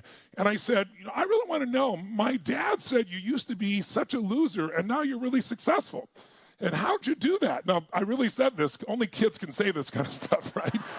And he goes, your dad said what? I said, well, he goes, okay, well, that's fair. He goes, I was kind of a loser. I go, well, what turned you around? What changed your life? Because when I was working for him, I was helping him move. He was buying property in California and then fixing it up, flipping it, and selling another home. And so he wanted to do it efficiently, so he hired a kid to do the moving. And he said, well, look, I went to this seminar. I said, what's a seminar? He said, it's where a man takes everything he's learned in like 2 or 3 decades of his life, and he pours it into 3 hours or so, and teaches you the best of what he's learned so you don't have to learn by your own experience, so you can save all that time, all that trial and error learning. I said, that's fascinating. 3 hours? I said, how much is it? And I'll never forget, he said $35. And I said, $35? Holy, I was making $40 a week as a janitor going to high school. So that'd be like a week's pay. And I said, man, that's expensive. He goes, no, it's expensive not to know this stuff. So I said to him, can you get me in? Could you get me in the seminar? And he said, yeah. And then he paused. I said, but will you? And he said, no. And I said, why not? He goes, because if you don't pay for it, you won't value it. You won't follow through. I said, trust me, I'll value it. That's like a week's pay. He said, no, you have to decide for yourself. You can go learn on your own and take years, or you could learn in a few hours what this man knows. And I remember it was one of the biggest decisions of my life. A $35 decision sounds ridiculous now, but it was a week's pay. And finally I said, go for it. I was 17 years old. I had this 1960 Volkswagen that I had gotten from this broken down piece. It had no reverse. I had to park on a hill so I could get out of the place. I spray painted the inside of the thing. And so I showed up at this hotel to go see this seminar by this guy, Jim Rohn, thinking this guy was going to get me in, which of course he didn't. And so I remember I parked the car and it blew up. You know, you had that little explosion, kickback explosion. I said, take good care of this baby, right? Put it up there, and I went into the seminar, and I took notes like crazy. And by the way, this week, I'd really encourage you, keep a journal nearby and take some notes. Because even if you don't ever look at those notes again, just writing a few of those things down as you're listening will drive the grooves deeper and make you really absorb and perhaps even start to utilize something more than just thinking passively. But I remember I took notes like crazy. Whatever he said, I wrote it down. I go, I think this guy's a multimillionaire. He's going to tell me the secrets. I'm in. And I'd read a lot of books at that point. I was a reader. And he had this thing. He said, leaders are readers. He said, every day, he said, spend 30 minutes a day reading, not junk that's sent to you. And today, that means not stuff that comes to your phone, right? Not clickbait. But a book, something that's going to give you a strategy or an insight or something that's going to make you better. Because if you do that every single day, over months, over years, you'll have a different life than anybody else. And so I remember I read a lot of the books, and I finished some of his phrases, and I was so excited. And afterwards, I went up to him and said, I want to come to work for you. And I remember him looking at me and saying, well, it doesn't work that way. You got to go to all my courses, and you got to attend it, and you got to do this. I said, I'll go to all your courses. I just don't have any money. He goes, well, that's inconvenient, right?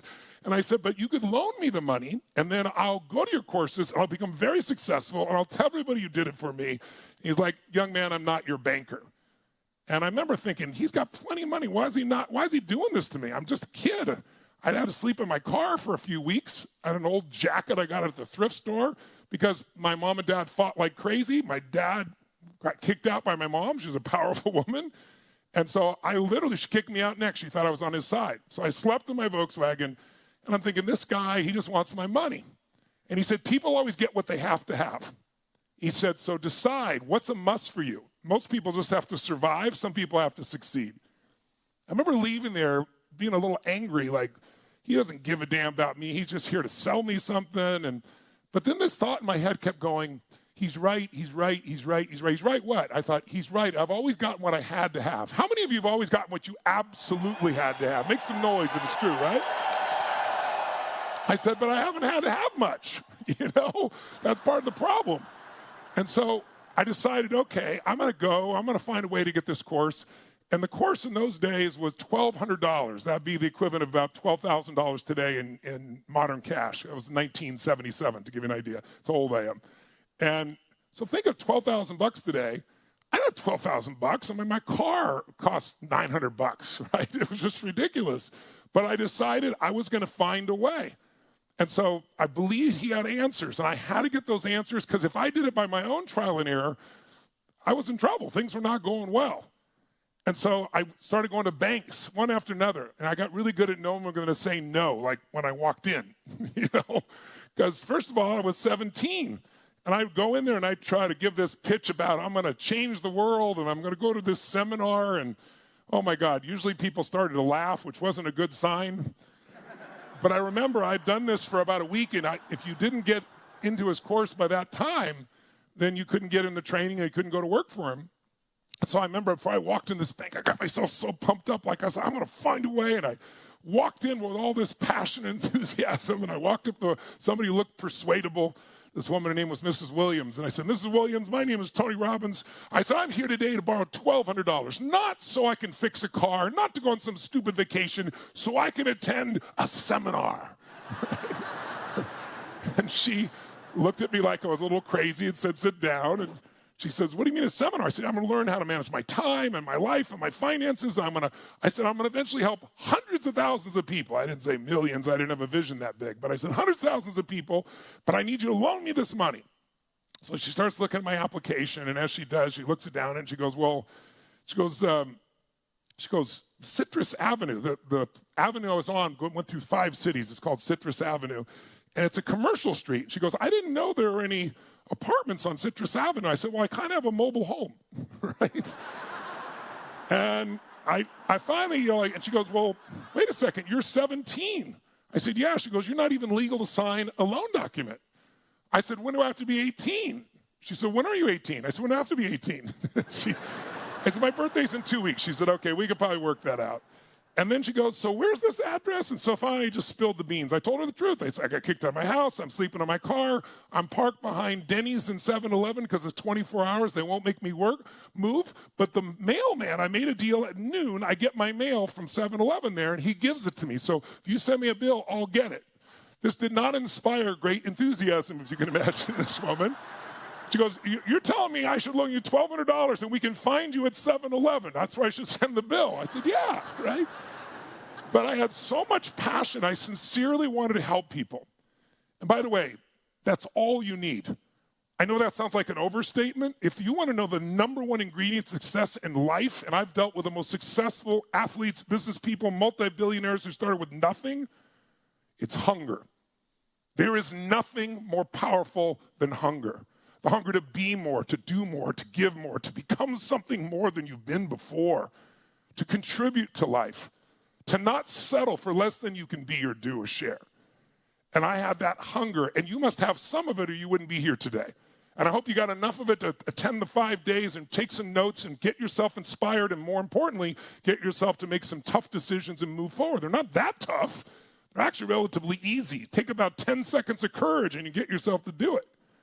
Anyway, long story short, this woman said to me, look, you're not even legal. And I was like, you don't understand. I'm going to change people's lives. I went through this whole thing. And she said, well, without much passion, you're going to do something. I'd like to see it be something positive.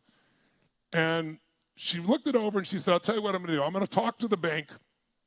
I'm going to see if I can get them to do this. But I don't know that they will. I said, but no, they got to. She goes, but she says, if the bank won't, and if you'll look me in the eye and swear to me, I'll co-sign on this. I'll make sure you get the money.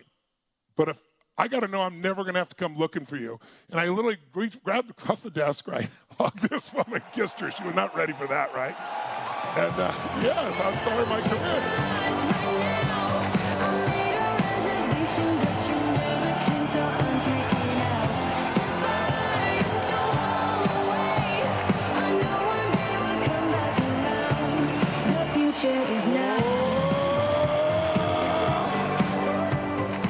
So I took $1,200, right, from this loan, literally, and I went to Orange County, California, and I went to this 2.5-day seminar. It's all it was then for Jim Rohn, this leadership, financial, business, time management kind of program. And I met a friend there named Mike Keys, who's still my friend to this day, 40-plus years later. He was almost as broke as I was. I was going to sleep in my car, but he had a hotel room. They let me stay in his hotel room. We became friends. We're still friends to this day. And part of it was because it was so much money. It was like, think of like taking the equivalent of, your mortgage on your house. That's what it was for me. So when Jim Rohn said I wrote down and I didn't pee. I didn't go anywhere. At one point, I figured out each word was worth like 3 cents. I wrote down every damn thing he said, right? And there were people there that it was no big deal, right? Like, they just put on their credit card and they sat around and didn't do squat. But Mike and I, man, we were hungry. And so we were hungry enough to take that and repeat it, and get in our bodies and do the simple repetition, just like a great athlete. They don't just make a great shot. They practice that shot over and over again until it's in their body and it works. And we developed those disciplines. And I remember years ago, I spoke at Jim Rohn's funeral, but prior to that, he used to always open the seminar the same way. Seminars were always identical, word for word, perfectly rehearsed. He dropped the chalk in his hand in a certain way. I remember it vividly. But I remember I went to a seminar and someone had told me this, and I popped in the back, and he started out by saying, I want to do a good job today, as I want to do with you, by the way. I want to make sure that by the end of these next few days, you have the opportunity to have a new life. I know that sounds like a big statement, but it is a new life. A life where you could do something that's fun, that's meaningful, a life where you might get to touch people in a special way, a life where you get to earn more. But it's going to require you to develop some new skills, and it's going to require you to get through the limitations of our limiting beliefs, our fears, our concerns.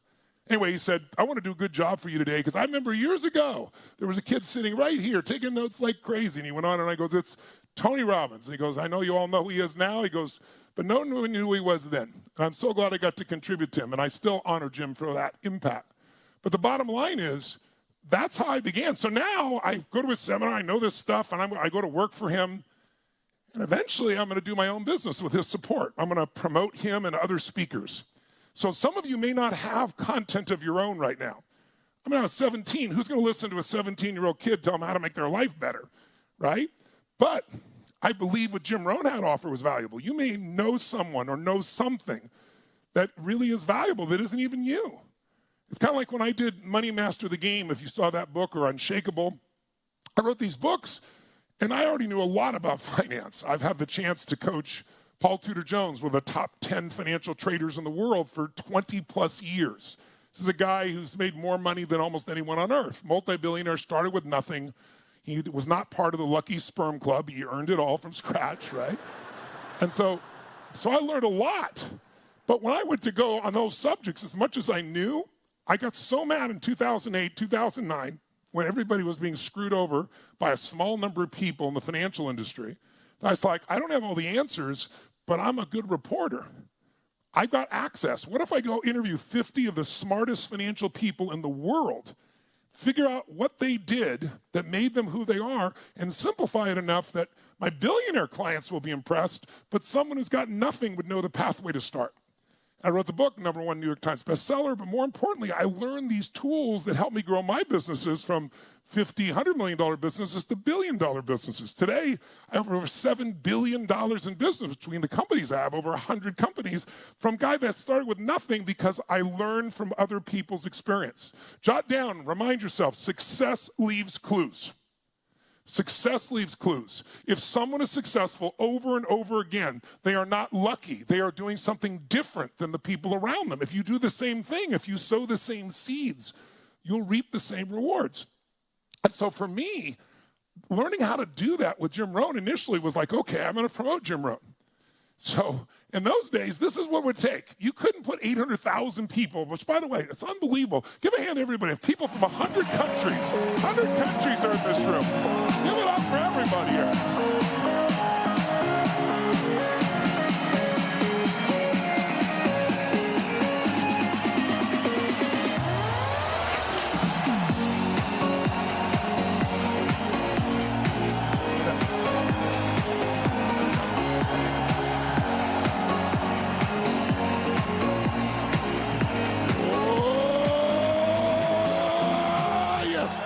But can you imagine if you just, the old days were just doing brochures? First of all, where would we put 800,000 people? We couldn't do it. That'd be, 8 football stadiums. We couldn't do it. And think of the cost. You'd all have to fly there and everything else. That's what's changed in this world. So my first seminar, I learned all this stuff, and I wanted to help people. I wasn't even charging for it. I was doing it for free. And I ran all these ads, which cost a fortune, and I sent all these brochures. Imagine if to get 800,000 people, there's, I guess, 800,000 households. There's over 1 million of you right now connected to us. Think of the power of that.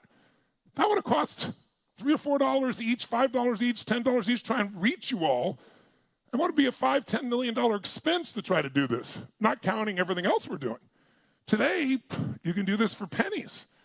It's pretty wild. I'm not saying you start with 800,000 people, but you can start with 5 or 10 or 20 from your home and do things that are amazing, as we're going to show you. But the bottom line is I went and rented the LA Hilton, downtown Los Angeles, took all my money. I leveraged it like crazy. I just wanted to help people. And I thought, with all the ads I run, A room held 500 people. I think that room will be just stacked. And I got there, and it started at 7:30, and I got there at 7 o'clock, and there was not one person in line or nearby. 7:15, not a single person. 7:25, there were 2 people out front. 7:40, and it's supposed to start 10 minutes earlier, and there were 7 people there, literally. I opened the doors, and the worst part is they sat all around in different spots in the room. I'm like, no, come down the front row here. I got this empty room with 500 people. I just went broke trying to help everybody, and there's 7 people. But I figured, if you went out to feed your cattle and only one showed up, you'd at least feed it, right? So I did 3 hours of pure content on these poor 7 people. Can you imagine me? I'm going to do whatever it takes, right? And so I finished, and these people were on fire, and that was my first seminar. I was like, oh, my God, this is not working, right? But today, the tools you're going to learn that we have here and some of the technology we have, it's like if you wanted to do a website before, it cost you tens of thousands of dollars and take you months. Now you can do it in a few hours or even a few minutes and cost you next to nothing. It's like the tools that are available today are extraordinary. So this is a time for you to be able to thrive. But what's it going to take is self-education. Now, what's the opportunity? I'm sure Dean's made it clear to you. Most industries are having a challenging time right now. We got massive inflation. And you've got, if you're selling a physical product of any sort, you're dealing with these value chain problems all across the world where people can't even get the products they need or want.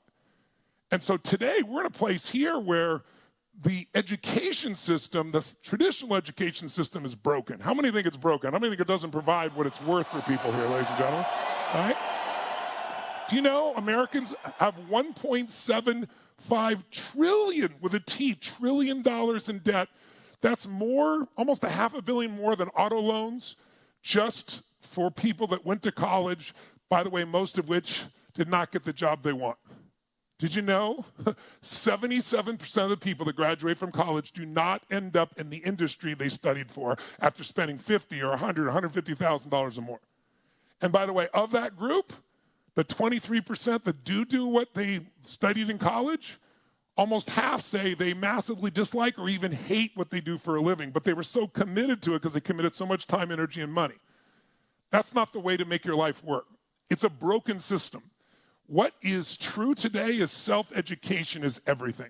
People today want to follow their passions. They want to learn from somebody who's actually done it, not somebody who talks about shit over and over and over again and has never actually accomplished anything.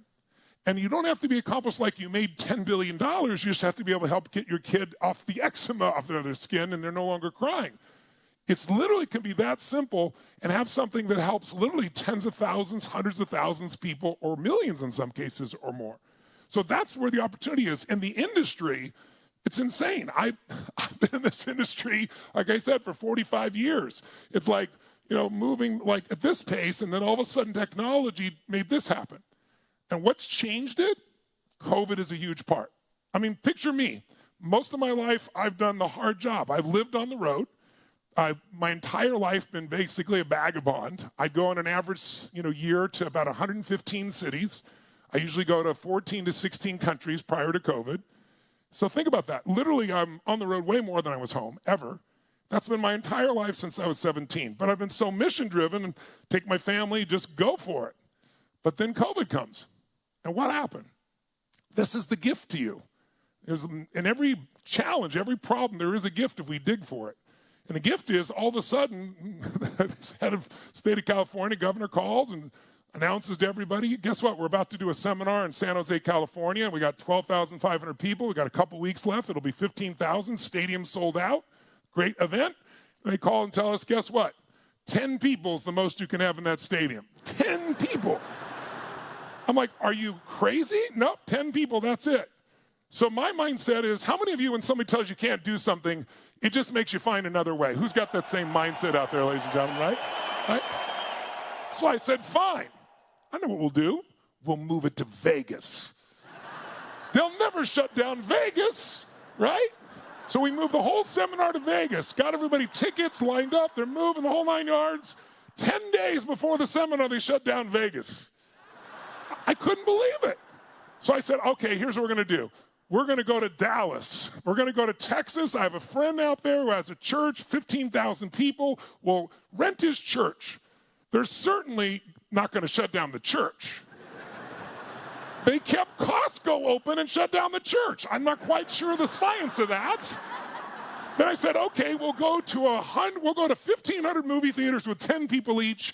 People can be close to home. They can watch us on a big screen, great sound, and they'll still have a few people around them. We'll make it work. And they shut down the movie theaters. So what happened? This happened all over the earth. My events in London, in Russia, in what we're doing in South America, everywhere in the world, they shut down. Now, I got plenty of businesses, and I've got economics that are fine, but this is my mission. This is my life. This is what I'm made for. It's like, when do people need you most is right during this COVID issue. So it's like, there's got to be a way. So Dean said, you got to watch somebody do one of these webinars. And I watched somebody with these 252-inch screens, and I'm used to a stadium for 12 hours of rocking where people wouldn't sit for a 3-hour movie, and I take them for 12 hours a day for 4 days and nights, and they're out of their mind. I said, I cut my throat first. So what do you want to do? I said, we got to reach people. So I said, we'll build a theater with 20-foot-high ceilings, 50-foot-high ceilings with 25 video screens. We'll do 0.67 highest resolution so I can see over here and look in Rebecca Casey's eyes right now and see her with those glasses rubbing her nose there, or Rhiannon Foster right now, or look over here and see Gabrielle and see exactly what's going on with him. It's that clear. It's like, so I'll know their names. I'll know what's going on. I'll see them with their families. I'll see them in their homes. And then we'll create this technology so they can shake their phone and it sends a signal of them clapping. If only a few people do it, it's quiet. If a lot of people do it, it's loud. It gets louder and louder. It'll be authentic. We'll bring them up and we'll interview.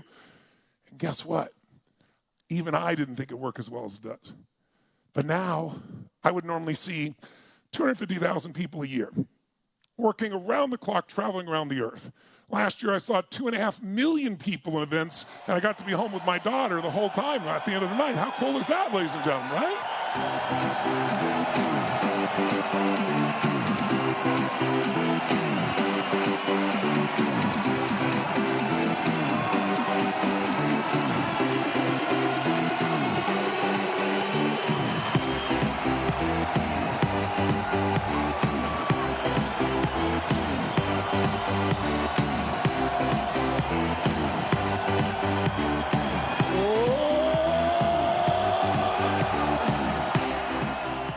So that's the opportunity for you now.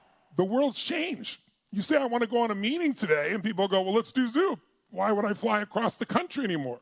Now, don't get me wrong, I still do live events, but most of them are digital now. And think about the benefit. People used to fly to another city or another country to see me. They had to rent, they had to leave their family. They had to go to the airport. They had to travel like they did. They had to rent a hotel room. They had to rent cars. They had to be away and then come fly all the way home. Most of the expense had nothing to do with the seminar. Now we still do those that people want to do those. I still love it. It's fantastic. But now I see in an average seminar, I used to see 10 to 15,000 people. Now I'm seeing 25,000 people or more. But more importantly, I've got people from 195 countries attending. Literally every country in the world is attending. And we're doing it in all the time zones. So I want you to understand there are tools here you're going to learn the next few days that cost next to nothing or nothing, that used to cost hundreds of thousands of dollars. So getting into a business today in the self-education business is incredible. And here's the thing you need to know. How many are concerned about inflation out there? How many are concerned about prices, where things are going? So Warren Buffett, if you're familiar with him, does his annual meeting. And this last year, this whole talk on inflation and how, he's got building companies that build homes. The cost of lumber has tripled, 300% more. Fuel just in the last year is up 40%, as we all know. Gas, food, everything. And it's not going away, and there doesn't seem to be a lot of commitment to deal with the issue. So it's tough. So how do you take control of your own life? And he said, here's what you need to do. He said, the most important thing you can do above anything else is to invest in yourself. He said, because if you become better at some skill set, whether you're being the best doctor or lawyer, or you're the best person in therapy, or you're the best this, he said, no matter what happens to the currency, the inflation, you'll still be able to charge an amount that's reasonable. And he said, if you're the best, you will do well no matter what. But he said, what you want is to invest in yourself. When I met Warren years ago, I was writing my financial books, and I asked him, what's the best investment you've ever made? And I thought he was going to say Coca-Cola or Geico or, one of the companies I knew he'd done extremely well with. And he said, Tony, the best investment I ever made is doing what you do. I said, well, I do a lot of things. What do you mean? He said, years ago, I went to Dale Carnegie. And he said, I invested in my ability to learn how to communicate. He goes, all my knowledge would be worthless if I hadn't developed that core skill. That skill has made me almost all my money. He said, so no one can take a skill from you. No one can take what you've learned from you. No one can inflate that away from your life. He said, that skill is the most important skill. And then he said, the second thing you should have is a business you own. He said, but the secret is if you have a business that has products that you got to make large investments in, that's tough. If you bought, let's say you rent, moving materials, like, for example, let's say construction sites, tractors, things like that, and you rent them. He goes, well, Tony, every 2 or 3 years, got to buy a new tractor. So your expenses go up. But if you can find a business where you don't have any inventory, and the education business, that's why it's grown into almost $1 trillion a year. It's $1 billion a day right now. $1 billion a day. I remember a few years ago, Forbes was saying it was going to get to $1 billion a day, and nobody believed it. It surpassed it already in less time than they expected. By 2028, they say $1 trillion business. Because you don't have to have any inventory. You don't have to worry about somebody can't get you the supplies from China. It's all available to you right here. Your expense is so low, and that means you can have a business that has what's called a margin. A margin means a place where you can actually be profitable. Restaurants are rarely profitable, for example. They have such a small margin. I knew nothing about margin. But we're going to show you step by step what you can do. But I want you to here's the ultimate secret. So I'm 11 years old, we have no money, and there's no food. It's Thanksgiving. My mom and dad are saying things to each other they can never take back. And I'm trying to hear my brother and sister not listen to this. And meanwhile, we're hungry, Now we're going to starve. We'll probably have crackers and peanut butter. But we're not going to have a Thanksgiving dinner. And what changed my life, somebody came and fed our family. That's why I feed people. But more importantly than that, when they fed our family, it changed my view of things. It made me believe strangers care. And right after that, I went to Jim Rohn's seminar. And when I went to the seminar, and at one point I got to know him, and then I said to him, I said, my fathers, I've had 4 fathers. They were always broke. We were always on the edge of starvation. And I said, they were good men. I said, I don't understand why they're always losing their job or always broke. And Jim Rohn taught me the most important lesson. I hope you'll hear me right now. Maybe the most important thing we'll mention tonight. You have to understand, he said, Tony, we're all equal as souls, but we're not equal in the marketplace. I said, what does that mean? He said, your fathers are good souls, but they're not skilled in the marketplace, and that's why you don't have enough money for food in your family. Because they get dropped. They lose their job. They can't keep it together. I said, can you go deeper? He goes, yeah, let me ask you a question. He said, if I said to you, Tony, is it possible, and I want to ask all of you this as well, is it possible to make twice as much money in the same amount of time? Yes or no? This is yes, this is no. Give me a little shout out, show me. Is it possible to make twice as much money in the same amount of time? Yes or no, ladies and gentlemen? Come on, I'm going to hear you out there. Good. Is it possible to make, he said, 4 times as much money in the same amount of time? Yes or no? I'm seeing yes, yes, yes in the chat box. Good. Is it possible, no BS, to make 10 times so much money in the exact same amount of time? Yes or no? And the answer, of course, is yes. He goes, okay, Tony, how do you do that? I said, well, I just know people have done it. I don't know how.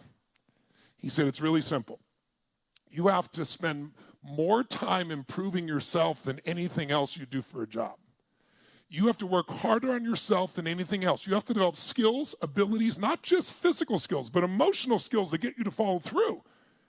And if you develop certain skills are more valuable than others. He goes, so let's look at this. He said, try not to be judgmental. If you go to work for McDonald's, forget any individual. Just think about working for McDonald's. You get minimum wage. In those days, I don't remember what it was. I think it was $4 an hour. Now it was like $8, $10, $11. McDonald's was trying to get it to $15. But bottom line is, if you're making $8, $8.50 an hour, that's like $16,000, $17,000 a year. And he goes, why are those people paid so little? Well, first, it's not supposed to be your only and end job.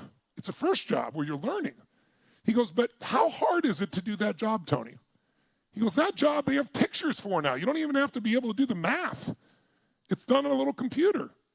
He goes, anyone can learn to do that job in a period of, let's say, maximum an hour or two. He goes, so that you're not adding that much value. And all of life and business is about one thing. Do more for others than anybody else does, and you'll earn more than anyone else does. Do more for others. That's why I always tell people business is a spiritual game. Because almost every religion talks about love your neighbor like thyself. Do more for others than anyone else. It's adding value. And he said, so now tell me somebody you think is overpaid. I said, well, one of these hedge fund guys. One of those guys made $3 billion last year. I think, I don't remember the guy's name at the time, but one of the top guys. He goes, that's right, he made $3 billion. And he made a 42% return for his investors. His investors are nonprofits, they're businesses, they're people's payrolls, they're people's, retirement funds. 42%. Most people in those days were getting 4 or 5%. Or losing money. He made 42%. That means at 4 or 5%, it might take decades to double your money. But guess what? At 42%, you're doubling your money about every 2 years. He goes, that is so valuable, he's worth $3 billion. So your job is figure out, how do I do more for others than anybody else? The secret to life is find a way to add more value. And I can tell you, I've got over 100 companies, and we're doing $7 billion in business now, starting from nothing. And it all came because I've obsessed about how to do more for that customer than anybody else is doing in the marketplace. How can I do more? Not ask for more. How can I give more, be more, create more? Because that's how you build a brand. People start, it's like I didn't just show up today. I've been doing this for 45 years, and I've over-delivered for 45 years. So now I can show up anywhere in the world. I show up in Taiwan, and we have 10,000 people. I show up in China, 10,000 people. We go down to Australia, 15,000 people. Places I'd never been before, and people show up because I've been adding value for so many years. So I want you to get that you can get to wherever you want to be financially, whether it's another $1,000 or 5 or 10 or 20 or whatever it is, a month, a week, a year. But we just got to help you find something you can start to grow. And it can start small and not make a whole lot of progress at first as you're figuring it out. But we're going to coach you on how to get from where you are to where you want to be. Who's up for this? Who's up for finding going on this journey here and making it happen? Right? Now, by the way, most people get excited about something and they start for a little bit and quit, whether it's going on a diet or working out or starting a business, right? How many have ever done this? How many have ever said you're going to do something and got all excited and then did it for a short time and then stopped? Who's done this before? Raise your hand, say aye. Say aye. Yeah, if you don't raise your hand, you lie about other shit too, don't you? Come on, I know you've done this, right? And I used to do this too. I used to get so mad at myself. Because I'd go to a seminar in those days, and I was like, it was as much as my rent. And I was like, I knew I needed to go, but I was like, I haven't applied enough of it. And I used to beat myself up. And then I began to work with athletes. And I began to see, I don't care who it is. I work with the Golden State Warriors the last few years, right? There's one this year again. And if you watch the very best players on earth, Steph Curry doesn't make those shots that look effortless because he just shows up. He does thousands of those shots a day. And I realized I do something one time and expect myself to be perfect. So I started realizing repetition is the mother of skill. Jot it down. Repetition is the mother of mastery. If you're going to get good at something, you need to repeat it. So we create this format for you so you can repeat it. You can get it in your body. You can start to lock it in. Because if you don't repeat it, here's what happens. You take off with all this excitement. It's kind of like I'm here in Florida right now in Palm Beach. If I want to fly to Hawaii, I know I'm a pilot. I know how to take off. We take off. We head in a direction. Did you know that you're off course about 80% of the time when you're flying? Because the wind takes you off course. Now, what happens when you get off course is what determines your success or failure in life. Hear me now. Most people go, oh my God, I'm off course. Oh, I'm not getting where to go. Oh, I've screwed up. It's over. Right? They freak out. But somebody who's smart just goes, I'm off course. Let me just correct. I'm off course. Correct. You make these little corrections, and you land on a dime, 5,000 miles from here in Hawaii, exactly where you want to go. So it's not a straight line. Do you hear me on this? If you're looking for a straight line where you instantly get rich, you don't have to do anything, you don't have to work, you know that doesn't exist. But You can zigzag by learning by other people's experience and save yourself those big crashes or concerns just by guiding yourself a little step at a time. But let me give you, first of all of this is going to be controlled by your fears and your beliefs. So just jot down, what gets in the way? Fear. What gets in the way? Belief. What will transform me? Courage and a new belief. I know that sounds overly simplistic, but it's true. We do what we believe. How many of you know someone who should have joined you today to watch this, who probably needs to take some action to shift their life, and they're not here? How many know somebody should be here and not here? Why aren't they here? Because they don't believe, like, what's going to happen from going to some little thing for a few hours online? Like, nothing's going to come out. Because they believe nothing's going to happen, they don't take any action. They don't take any action, they get shitty results. They get shitty results, the brain goes, see, I told you it was a waste of time. It's a self-fulfilling prophecy.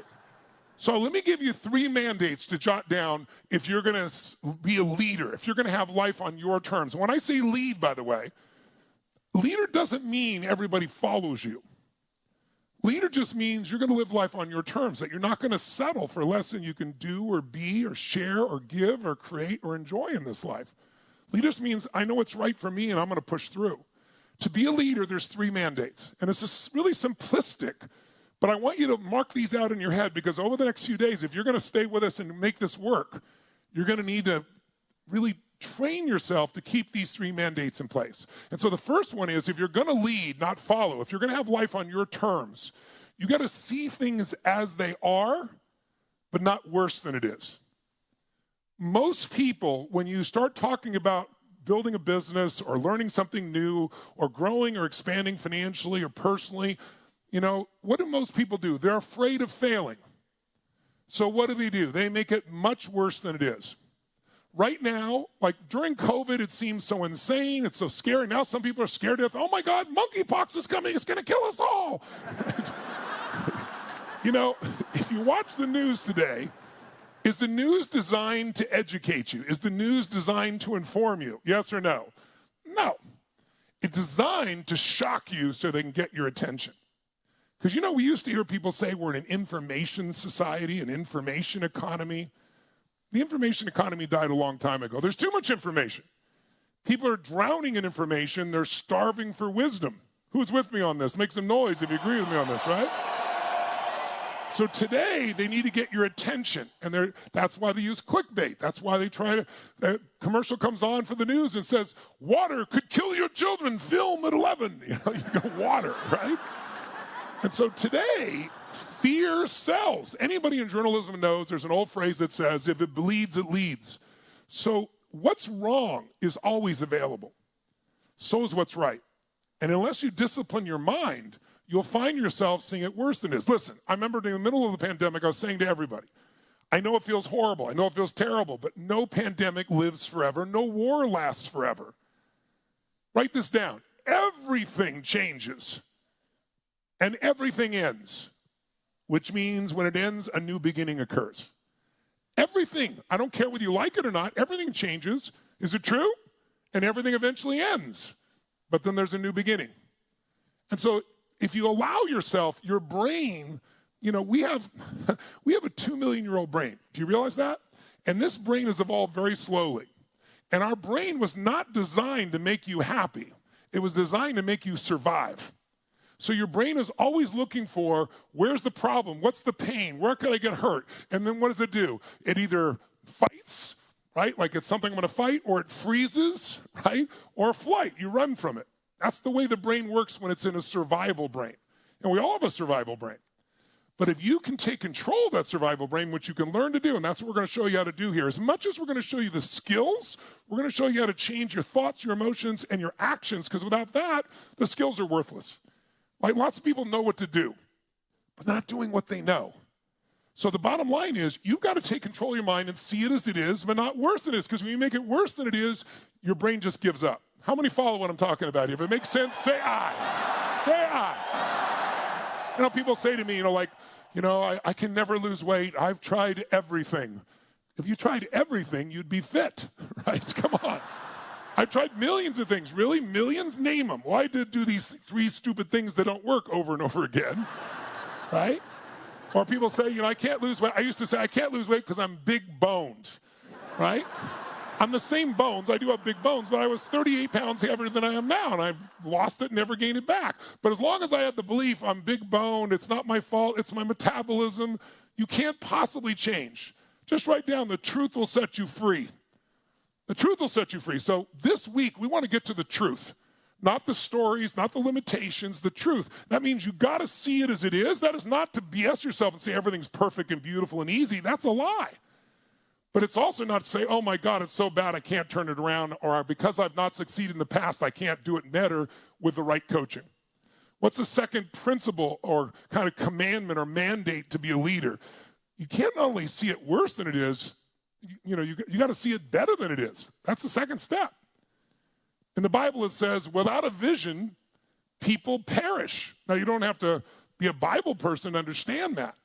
If you don't have a compelling future, anybody can deal with a rough, horrible today if they've got a compelling tomorrow they're working towards.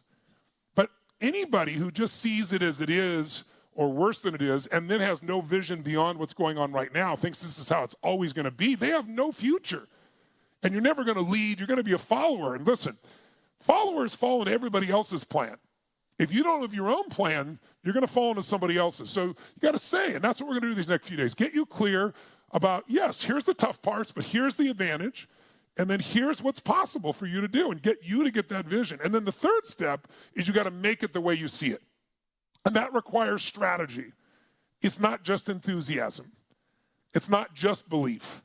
You need the right beliefs to get yourself to take action. The wrong ones will stop you. But, if you have a goal, and your goal is to see, let's say, a sunset, and then your plan is to start running east as fast as you can, I don't care how enthusiastic you are. I don't know how much you believe. You got the wrong strategy. It's never going to work. Who's with me here? Say aye. So you need the right strategies. And the way to get the right strategies is to model people that have already succeeded. So you're not reinventing the wheel. And that's how you do what I call compress decades into days. And if you do that, you can learn more rapidly. You can get greater results than you ever thought of. So I want to finish up with just a couple quick things with you. Let's talk about the biggest mistake people make. Now, before we do, you've been sitting for a moment, so stand up just for a second. Just for a second. Stand up, shake your body out just for a second. Shake it out. And I'd like you to dance like you're a little bit crazy, or shake your body out like you're a little insane, just for 1.5 minutes. Wake that body up, because energy's needed to make this work. Here we go. Make a little noise.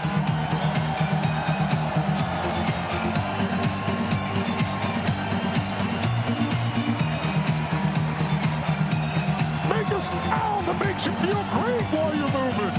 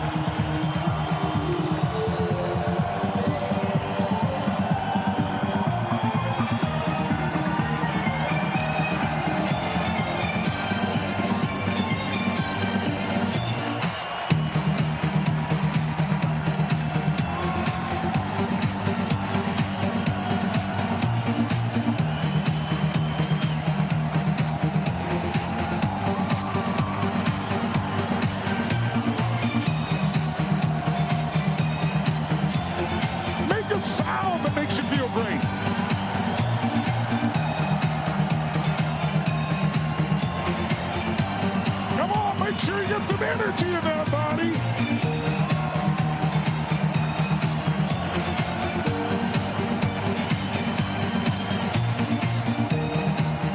All right, make a sound as loud as you can that you'd be making if you're totally excited about something. Make a sound of excitement, ladies and gentlemen. Oh, yes. Get some virtual high fives around the world there. Grab a seat, feeling great. By the way, take a little sip of water. That's it. And then when you sit down, just for a moment, you know, some people when they sit down, their energy goes to the floor. Right now, while you're sitting, create more energy than when you're standing. Ready? 1, 2, 3. Wake that body up. Here we go.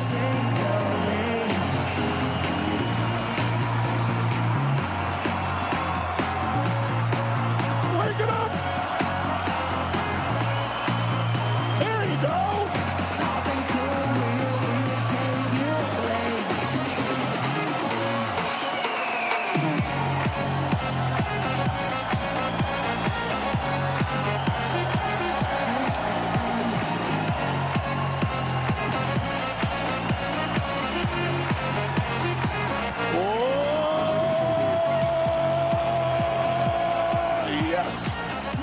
High fives beside you, behind you, in front of you.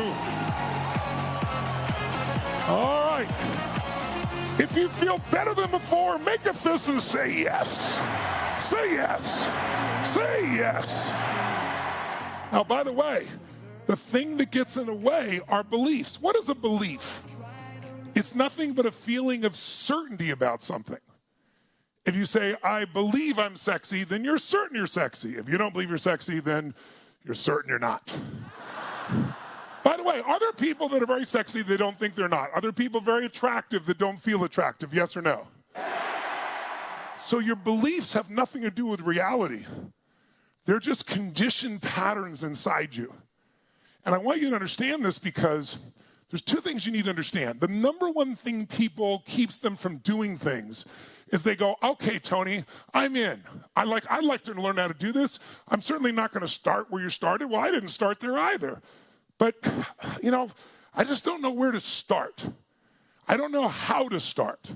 And I want you to write down one phrase for me. Write down, avoid the tyranny of how. You want to avoid the tyranny of how. If there's anything to help me in my life, somewhere I got lucky. And I saw people around me who were succeeding, and I noticed they didn't know what the hell they were doing, right? Is it possible to succeed at something initially and not be aware of how you do it, where you could be unconsciously competent, like you did something enough that you got good at it? Who knows what I'm talking about here? You get good at something, you don't even know how, right? If I ask most people, right now, I want you to make a right turn on a bicycle, what's the very first thing you're going to do with your body? Most people say, turn this way, but it's not true. You subconsciously learn to lean out first and then turn, because otherwise you go straight down. But you're not aware of it consciously. You develop what's called unconscious competence. So in the beginning of something, none of us know how to do something. And by the way, when you don't know how, you feel uncertain. Uncertainty produces doubt, concern, sometimes fear. And if you are certain that you don't know how to do something, which sounds confusing as heck, doesn't it? Then you're certain it's not possible because you don't know how. But the most successful people on earth, and I've had the privilege of working with some of the most incredible on the face of the earth, they don't start with how. That's their secret. Because no one knows how. If you start with how, and I've never done it before, or I've tried something before and failed, then the first thing that comes up is, I don't know how to do this, I'm not going to succeed, I don't want to get disappointed, I don't want to fail, so let me not do this. But see, the most successful people on earth understood, I need to know what it is I want. What do I want? What's my deepest desire? What's at least my surface desire I could start with? What do I really want? If I wasn't afraid, what would I want for my life? If you weren't afraid of failing, what would you want for your career, for your business, for your finances? What would you like to be able to do and help people with? And then if you know what you want, and it's clear enough, then the second thing is you got to know why you want it. Because the what and the why is all the power. You know, if you just want to figure out how, I mean, think about it. Some of the greatest leaders in our past, people that were really great leaders, like John F. Kennedy. John F. Kennedy got in front of the American people and said, we're going to go to, in 1962, so we're going to go to the moon and back in this decade. We're going to deliver a man on the moon and return him to the earth safely, is the essence of what he said. And when he said that, the people at NASA went, what the hell is he talking about? We don't have the technology to go to the moon, not even close. The Russians were beating us. We were having a hard time even getting a rocket into space at the time. But see, this is what a leader does, including you. They decide, they don't know how. They decide what's important and why it's important. He saw that we need to do this or the Russians were going to beat us and we were going to be at risk of nuclear war. So he had strong reasons. And please jot this down. Reasons come first. Answers come second. If you get strong enough reasons why to do something, then you'll figure out how. But you got to get strong enough reasons, and most people start with how, and they don't know how, and so it puts them in a place of uncertainty. They never get to the reasons they're going to make it so strong for them. So you've got to start out with that. If you look at Martin Luther King got up there on the Washington Mall and talked about his dream, that we would have this experience where white children and black children could play together, and he went through the whole dream. He didn't know how to do that. At that time, it seemed impossible. He knew what was important. He knew why it was important. Sure enough, a few decades later, President of the United States is an African-American man, 8 years in a row, Barack Obama. So what you have to understand is if you start with how, you will not follow through in most cases because you're going to bring up your doubts, your uncertainties, and your fears. So you got to start with what and why. And then when the limiting beliefs come up, you got to decimate them. So here's a few examples of what I see when people are trying to start a business, especially one related to education. People say things like, first one is, well, no one's going to listen to me. And you know, it's just not true. Whatever your limiting beliefs are, you want to write them down, and then you got to write down what's BS about that. What's bull about what I just wrote down? And make yourself take the other perspective. So the truth is people want to learn from someone who's been through and gotten a result.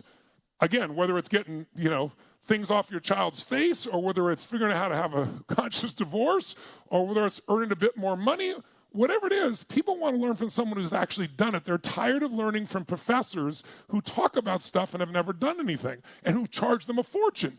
Plus, they want to learn right now from their home, from you, when they want to, 24/7, 365. You could be asleep while it's going on, or you could be doing a mastermind you're alive in. What's another belief you'll hear? I have nothing to share. That's the most common thing someone tell me.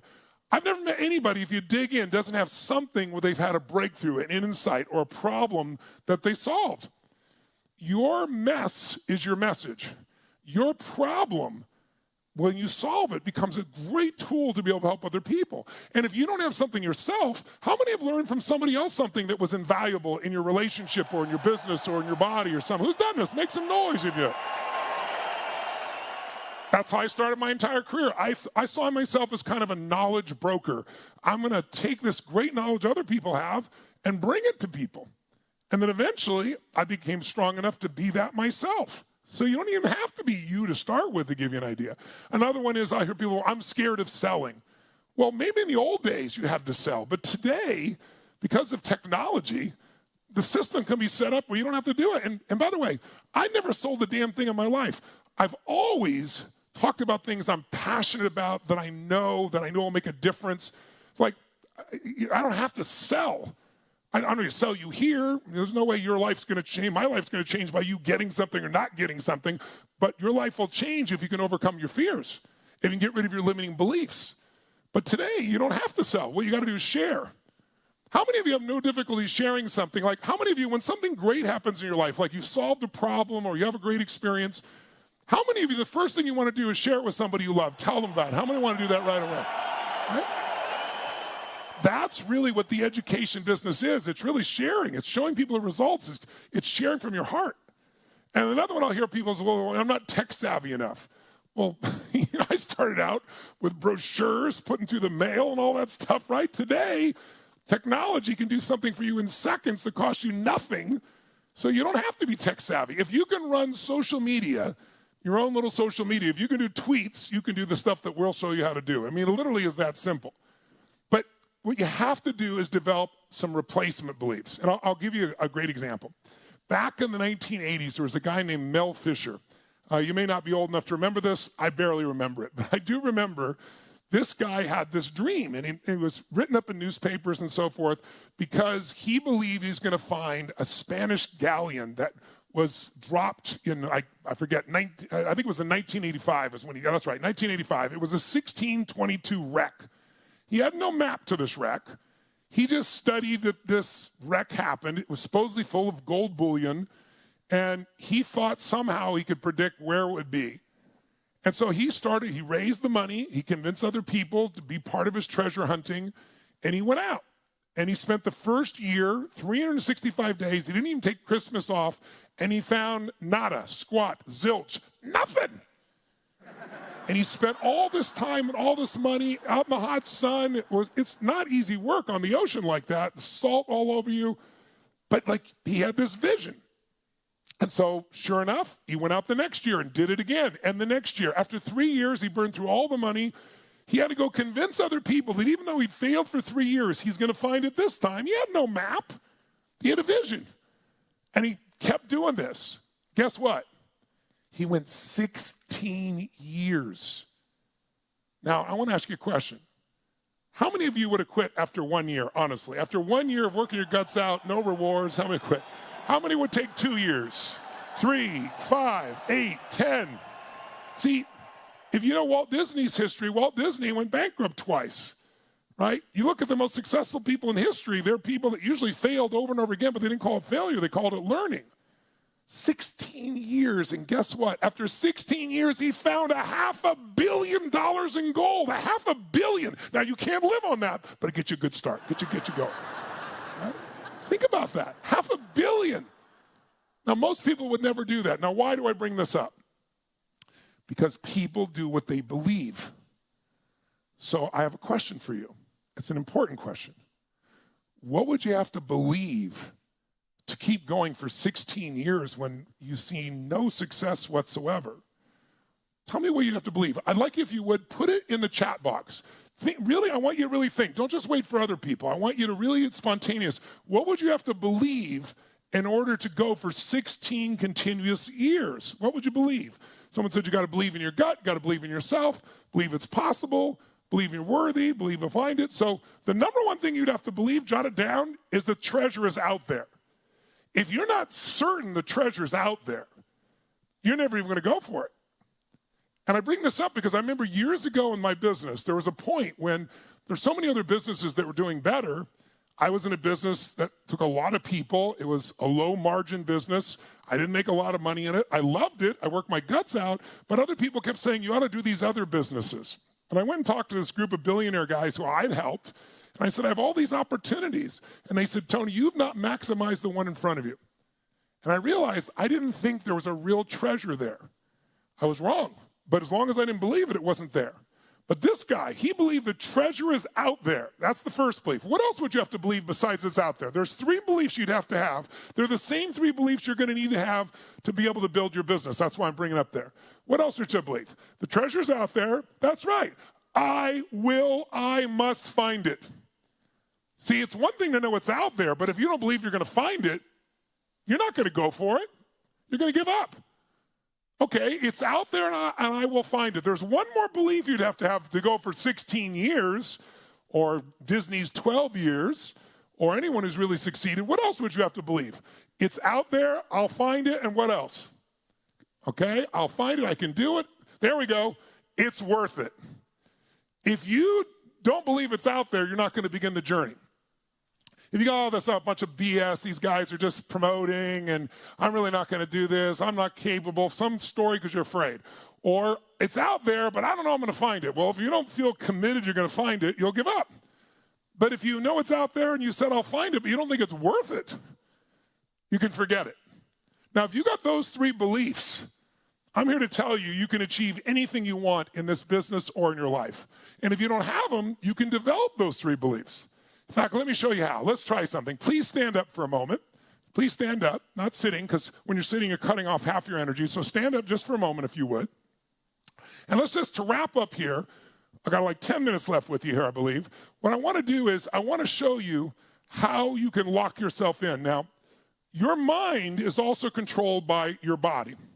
So we mentioned earlier, if you're feeling really low energy and you say, oh my God, I got to deal with this issue, your brain's like, oh man, I don't even know where to start. But if you're in a strong state, it's different. So the way you use your body affects the way your mind works. So you can try and get yourself in the right mental state by going, I'm happy, I'm happy, I'm happy, I'm happy, and your brain goes, BS, I'm not happy, right? Affirmation doesn't do it. But if you change your body strongly enough, it will. So I'll give you one example. I show people how to do this in a very dynamic way. But I've been teaching doctors, lawyers, billionaire people, kids, people in prison, some of the great athletes in the world. I've taught them how to change their mental, emotional state. Because if you don't change your emotional state, your belief state, you won't follow through.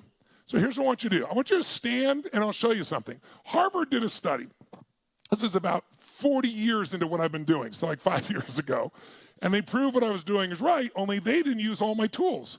They called it power postures. So I want you to stand with your hands like this on your hips, with your shoulders back, your head up, and just breathing fully. And as you're standing just like that, shoulders back, kind of like, Superwoman, Wonder Woman, Batman, Superman, whatever the case may be. And if you stand like this for just 2 minutes, breathing fully, I want you to see what happens to your body. We'll throw it up on the screen. In 2 minutes of standing this way, your testosterone will increase 20%. Whether you're a man or woman, doesn't matter. Your stress hormone called cortisol drops 25% within 2 minutes. And your risk tolerance, your willingness to take a risk, to go forward, improves by 33%. Now, I don't have people go around just like this. And by the way, if you go like this, it looks like you've got a cape on your back. Just breathe nice and deep, right? How many feel good right now in this state? Just for a moment, feel good? Now, here's what I teach. I teach people not just static motion. If you use your voice and your body, it's even more powerful. So right now, while you're standing tall, you can take your hands off your hips and make a move, some move that makes you feel strong. Make a strong move, whatever that is for you. Make your move. Try another move. Try another move. Try another move. Say yes. Say yes. Say yes. Now watch this. Your voice changes the way you are. I know you're in your house, but right now, when I say now, I'm going to ask you to make a sound, the loudest sound you can, a sound you'd be making if you felt unstoppable intensity. All right? Ready? 1, 2, 3. Make the sound of unstoppable intensity. Go. As loud as you can. Go, go, go, go, go, go, go, go, go. Do it again. Make the sound of unstoppable intensity. You can do it, Rufo. Come on, Carrot, you can make the sound. Mark Ladard, where's the sound? I'm watching you, Mark. Come on. Come on. Come on. Come on. One more time. Even louder. Make the sound. Go. That's it. That's it.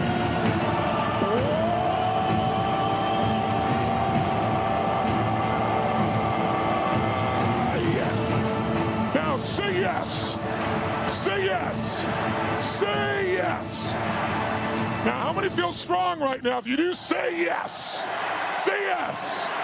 Now, stay standing tall and notice if you change the way you move dynamically, if you change your breath, if you change your voice. If I told you there was a depressed person over here behind curtain number 1, and I'd give a $100,000 donation to your favorite charity if you describe their posture. A person who's depressed, what's their posture like? Stay standing, type it if you would in the chat. If somebody's depressed, tell me what their posture's like. Go ahead. That's right. Hunched, hunched over. Good, good, good. Slumped. Great. Are they breathing full or shallow when they're depressed? Which one? Shallow, shallow, slumped, shallow, shallow. Good. Are they talking fast or slow? Slow. Breathing full or shallow? Good, shallow. Are they talking loud or quiet? That's right. Slow, slow, quiet, quiet. So if you drop your shoulders, if you breathe shallow, if you drop your body in here and go, okay, I'm going to go start this business, right?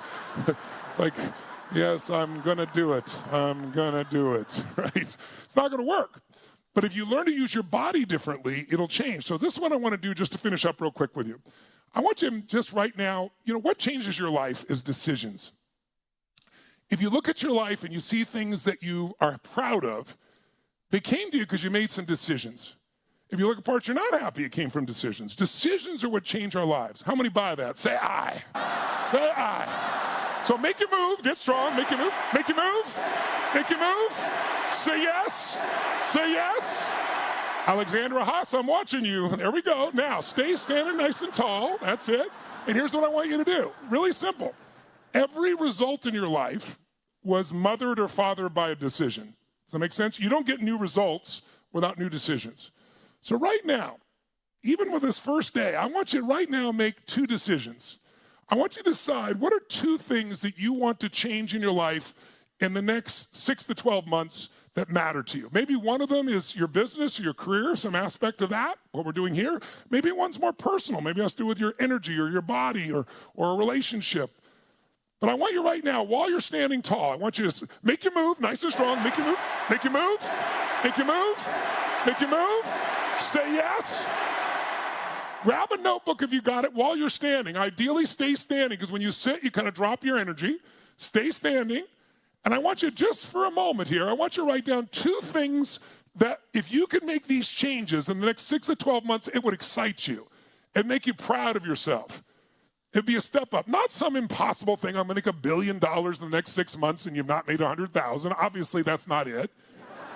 I want you to think of something that is doable if you really committed your time and energy, and something that if you did it, you'd feel like you were creating a new momentum in your life. You feel like you're making a real change that matters. So I'm going to put a little music on while you're doing it. I'm going to ask you, please stay standing if you would. And Jackie Coral, I'm really impressed you're standing with your baby in your arms. That's pretty awesome. If you've still got another hand there to write this down, I want you to write it down if you can. Write it down. What are 2 things you want to improve immediately? What's something you want to change? What's something you want to begin? What's something you want to create? Maybe one in your career or your finances, where you spend your time, maybe one more personal as well. Your relationship, your body, your home, your kids. And be as specific as you can, my friends. Don't say, I want to lose some weight. I want to lose 12 pounds of fat. I'm going to earn this much more. I'm going to start a business and get it up and running within these 3-6 months to make X amount of money. The more specific you can be, remember, clarity is power. If you're general and say, I want to make more money, here's $1, you've already achieved it. So be specific. Cassandra, I like that goal. Beautiful. Nice. Pamela Nelson. 2 things that would excite you. Nice, Antonia. That's it. 2 things that are achievable, that if you focus, would excite you, that make you proud, and are truly doable. And try to be as specific as you can. That's really great. Help 20 women to grow their careers. I like that. Nice one. Create your first course. Nice. That's it. Clear those childhood traumas.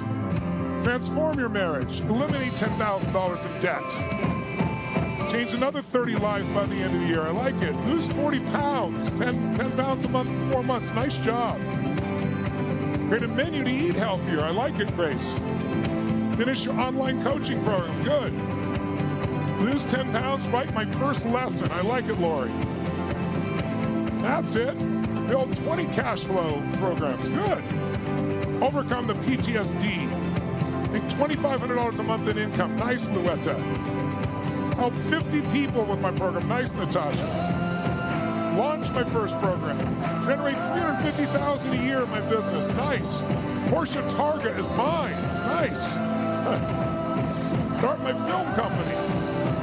Very nice. Making $22,000 a month on my business. Cool.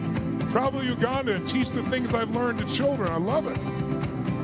What is it for you? Thanks for putting it in the chat, those that are doing it. Once you got your 2, music down just a bit. Once you've written your 2 and they're specific and they excite you, stay standing. And then I want you to write a paragraph under each of those. Why is it a must for you to achieve this? Not a should. You know, we all have shoulds. I should spend more time with my kids. I should get up earlier. I should work out. And we do it when it works. When it doesn't, we just, what I call, should all over ourselves. And you don't want to should all over yourself, right? So I want you to come up. You've ever noticed when it's a must? And what makes it a must is strong enough reasons. So why must you? Why will you achieve this in the next 6, 12 months or each one? Just while you're standing there, breathe nice and fully. Some of you, by the way, stop breathing. That doesn't help. Keep breathing, okay? And what are the reasons? Why must you? Why will you achieve this? How will this change your life for the better? Here we go.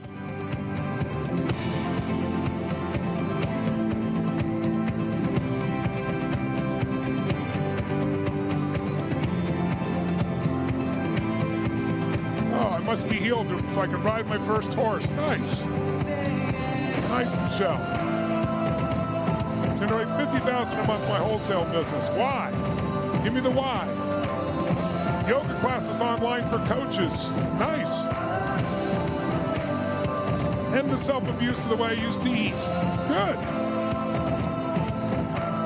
Help my family. How specific? That's it. Why is it a must for you? What's the reasons that'll get you up early, keep you up late? Why would it excite you? How will your life change if you really do this?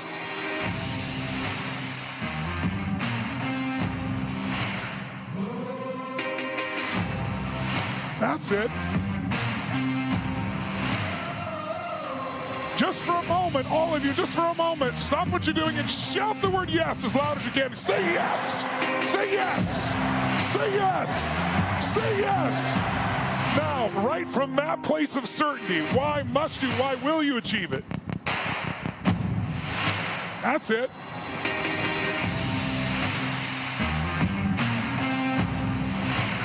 Come up with strong enough reasons you follow through.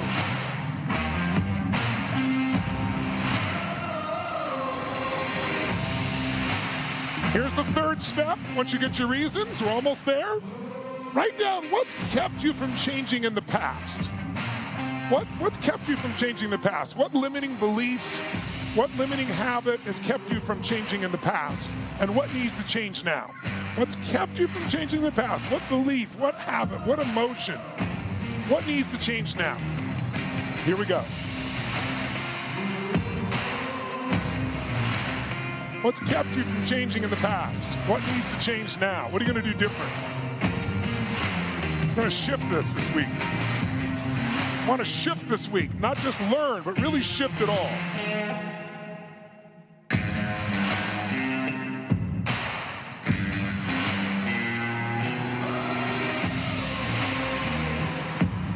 What are you going to do instead? What kept you in the past from following through? What are you going to do different this time?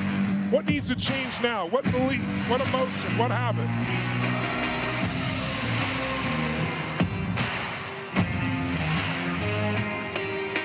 What are you going to do different right now?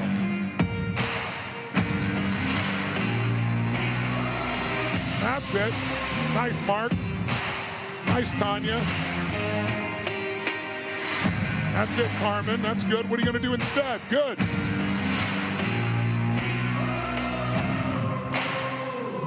And then last step, step 5. If you're caught up, step 5. I want you to write down 1 or 2 action steps that you can take immediately. One little step, something you can do right now. At the end of this day, you're going to call someone. You're going to enroll in a class. You're going to get a coach. You're going to meet somebody. You're going to end something. You're going to schedule a meeting. What's something you could do today that commits you to follow through? And then what's a big thing you could do? You know, your car is terrible. Your kids don't want to see in it. Maybe you just blow the thing up so you never drive that car again. What's a massive action you could take? What's a little action you could take? What's a big action to wrap this part up? 2 action steps. What's something you could do today to move the ball forward? Make sure you don't just say this. You do something immediately to follow through so you get momentum. That's it. Who could you call? What could you do? What action could you take? What could you do today to create momentum to show you mean it? You don't just say it, you do something today. That's it.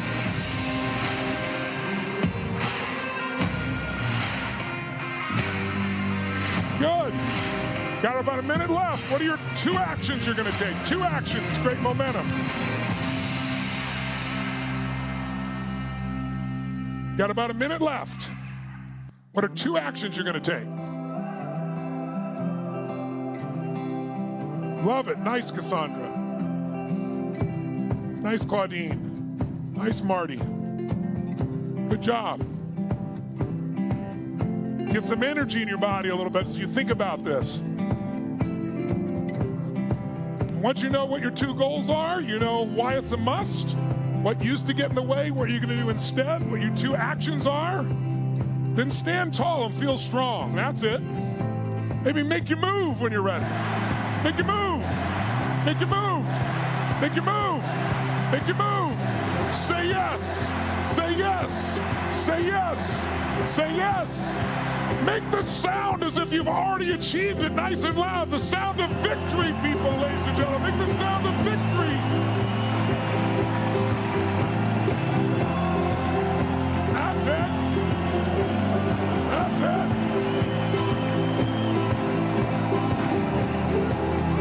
Oh.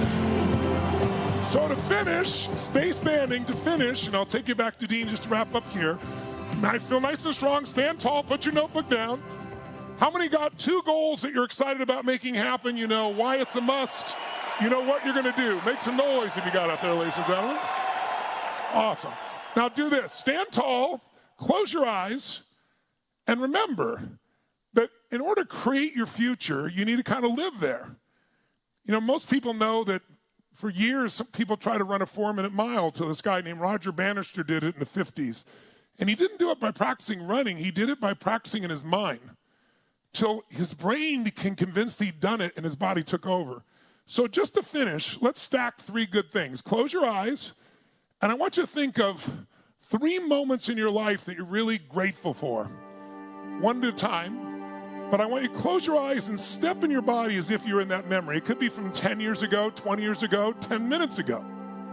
Anything that made you feel grateful, because gratitude eliminates the 2 emotions that get in your way, fear and anger. You can't be grateful and fearful simultaneously. You can't be angry and grateful simultaneously.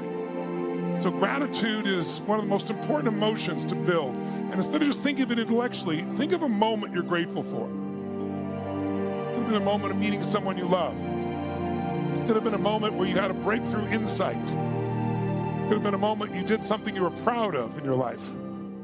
Think of a moment, birth of a child. Think of any magic moment in your life, and just for a moment, step into that moment. Like you're there, in your body, seeing what you saw then, like you're there right now. That's it. See it, feel it, breathe it like you're there, and give yourself the gift of feeling so grateful. Because from that place, you can get yourself to follow through without fear, without anger. You remember life as a gift. Take it all in. Feel like every cell in your body. Breathe the way you're breathing when you were so grateful. Put the look on your face when that beautiful moment happened, a blessed moment. Just say thank you and feel it inside. Think of a second moment now you can feel grateful for. Think of a second moment on top of it now. Breathe deep. That's a moment, a little moment, a breakthrough moment, a moment with friends or family. A blessed moment in your life. Step in your body and feel grateful once again. Breathe it and feel it. That's it, like you're there. Celebrate it in your body like you feel like your whole body, every cell is being bathed in gratitude. Like it's all been guided. Even the problems have guided you. Think of a third moment now you could feel grateful for. Step in that moment now and feel it too. So you're stacking all the good, because most people stack the negative and they wonder why they don't follow through. Think of another beautiful moment and step in it like you're there. Breathe it, feel it, enjoy it. Let your body vibrate with that energy. And then with your eyes still closed, reach your right hand out as if you're grabbing a moment from your future, a moment you're going to be proud of yourself in the near future. Something that's going to be beautiful, it's going to happen. Bring it into your heart, and as it touches your heart, say yes. Yes. And step in that moment like it's a preview of your future, like a trailer from a great movie of what's coming. Feel like it's already happening, this beautiful moment. With your eyes still closed, reach out, grab another moment from your future. You're going to be proud of yourself. Grab that moment that's coming and bring it into your heart and say yes as it touches your heart. That's it. Feel like it's happening right now. You're experiencing it. Reach out with that hand and grab one of the things you wrote down that you're going to achieve and bring it in so you feel it like it's already happened. See and feel yourself already achieve that goal and feeling the joy of it. Yes. And now for 10 seconds, grab as many moments from your future, happy moments, playful moments, loving moments, accomplishment moments, proud moments. Stack them all one after another in your heart. 1, 2, 3, yes, yes, yes, yes, yes, yes, yes, yes, yes, yes, yes. And then make the sound of what your life feels like right now. Make a sound of what your life feels like. Make it a celebration inside. Make a sound. That's it. That's it. That's it. That's it. That's it. Take it all in. Take it all in. That's it. That's it. That's it. That's it. Make the sound of victory in your life. The sound of victory, ladies and gentlemen. Victory.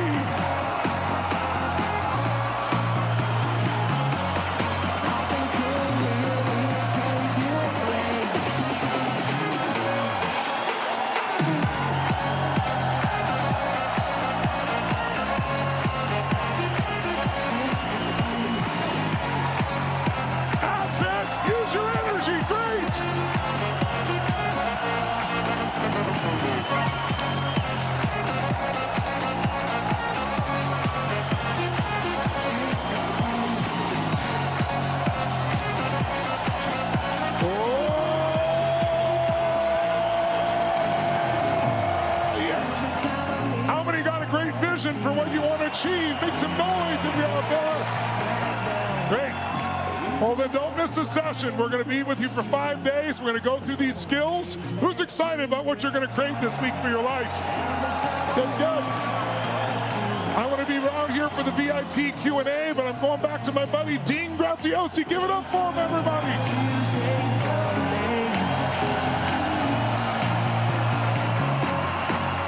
Everybody, give some love to Tony Robbins in the chat like you haven't already.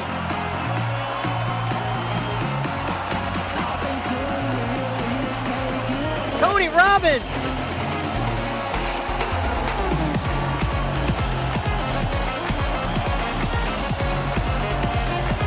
Wow, wow, wow. Guys, don't go any place because after an amazing training like that, we have our next guest that's going to fill that bucket up to a whole nother level. And I'm going to introduce her here in just a second. We're going to get right to it. Don't go anywhere. If you got to get a drink 100 miles an hour because you don't even want to miss a second of this. But, you know, I just want to back up for a second. You know, I get to watch my dear friend and brother and partner share. And I still take notes nonstop, and I still go through the exercises. And I know some of you are here, and maybe you met Tony for the first time. Amazing meeting Mr. Robbins or what, right? And I know some of you have experienced that. And for Tony to go 90 minutes, that's short for him. He would love to be with you for 2 days straight, right?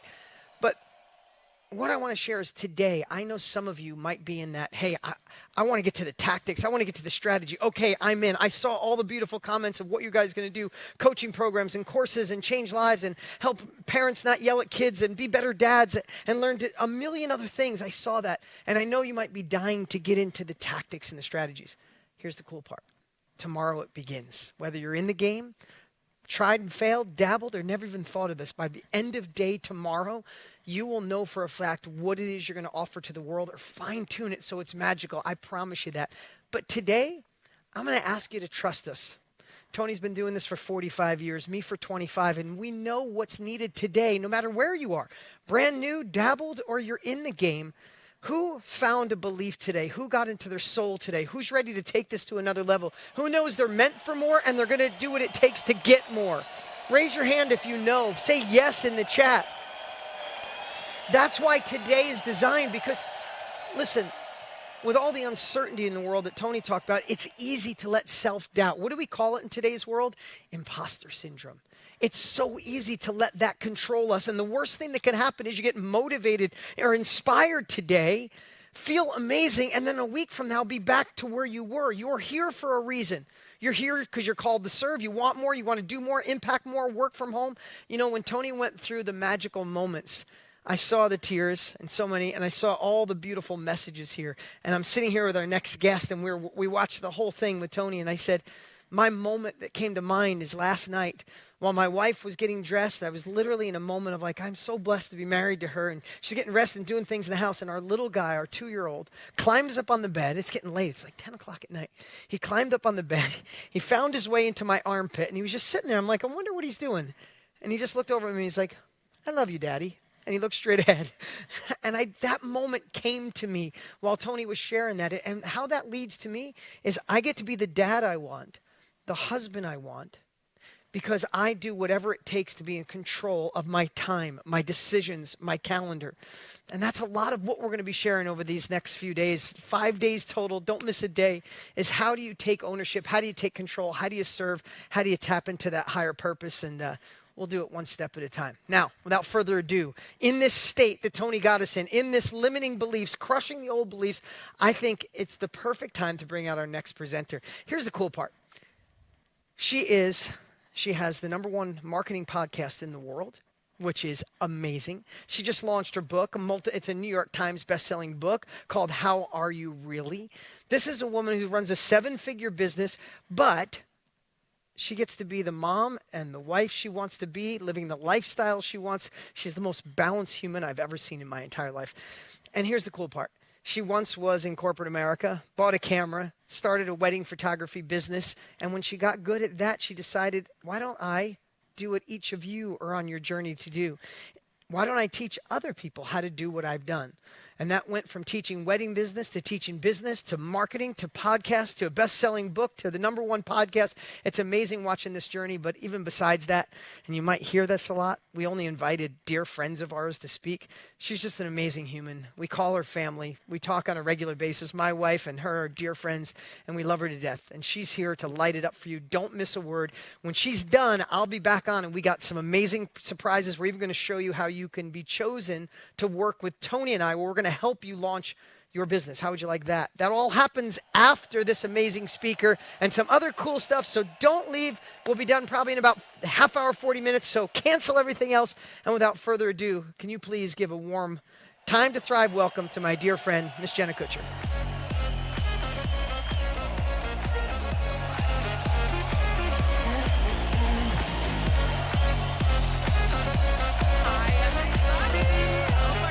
This has been an insane day.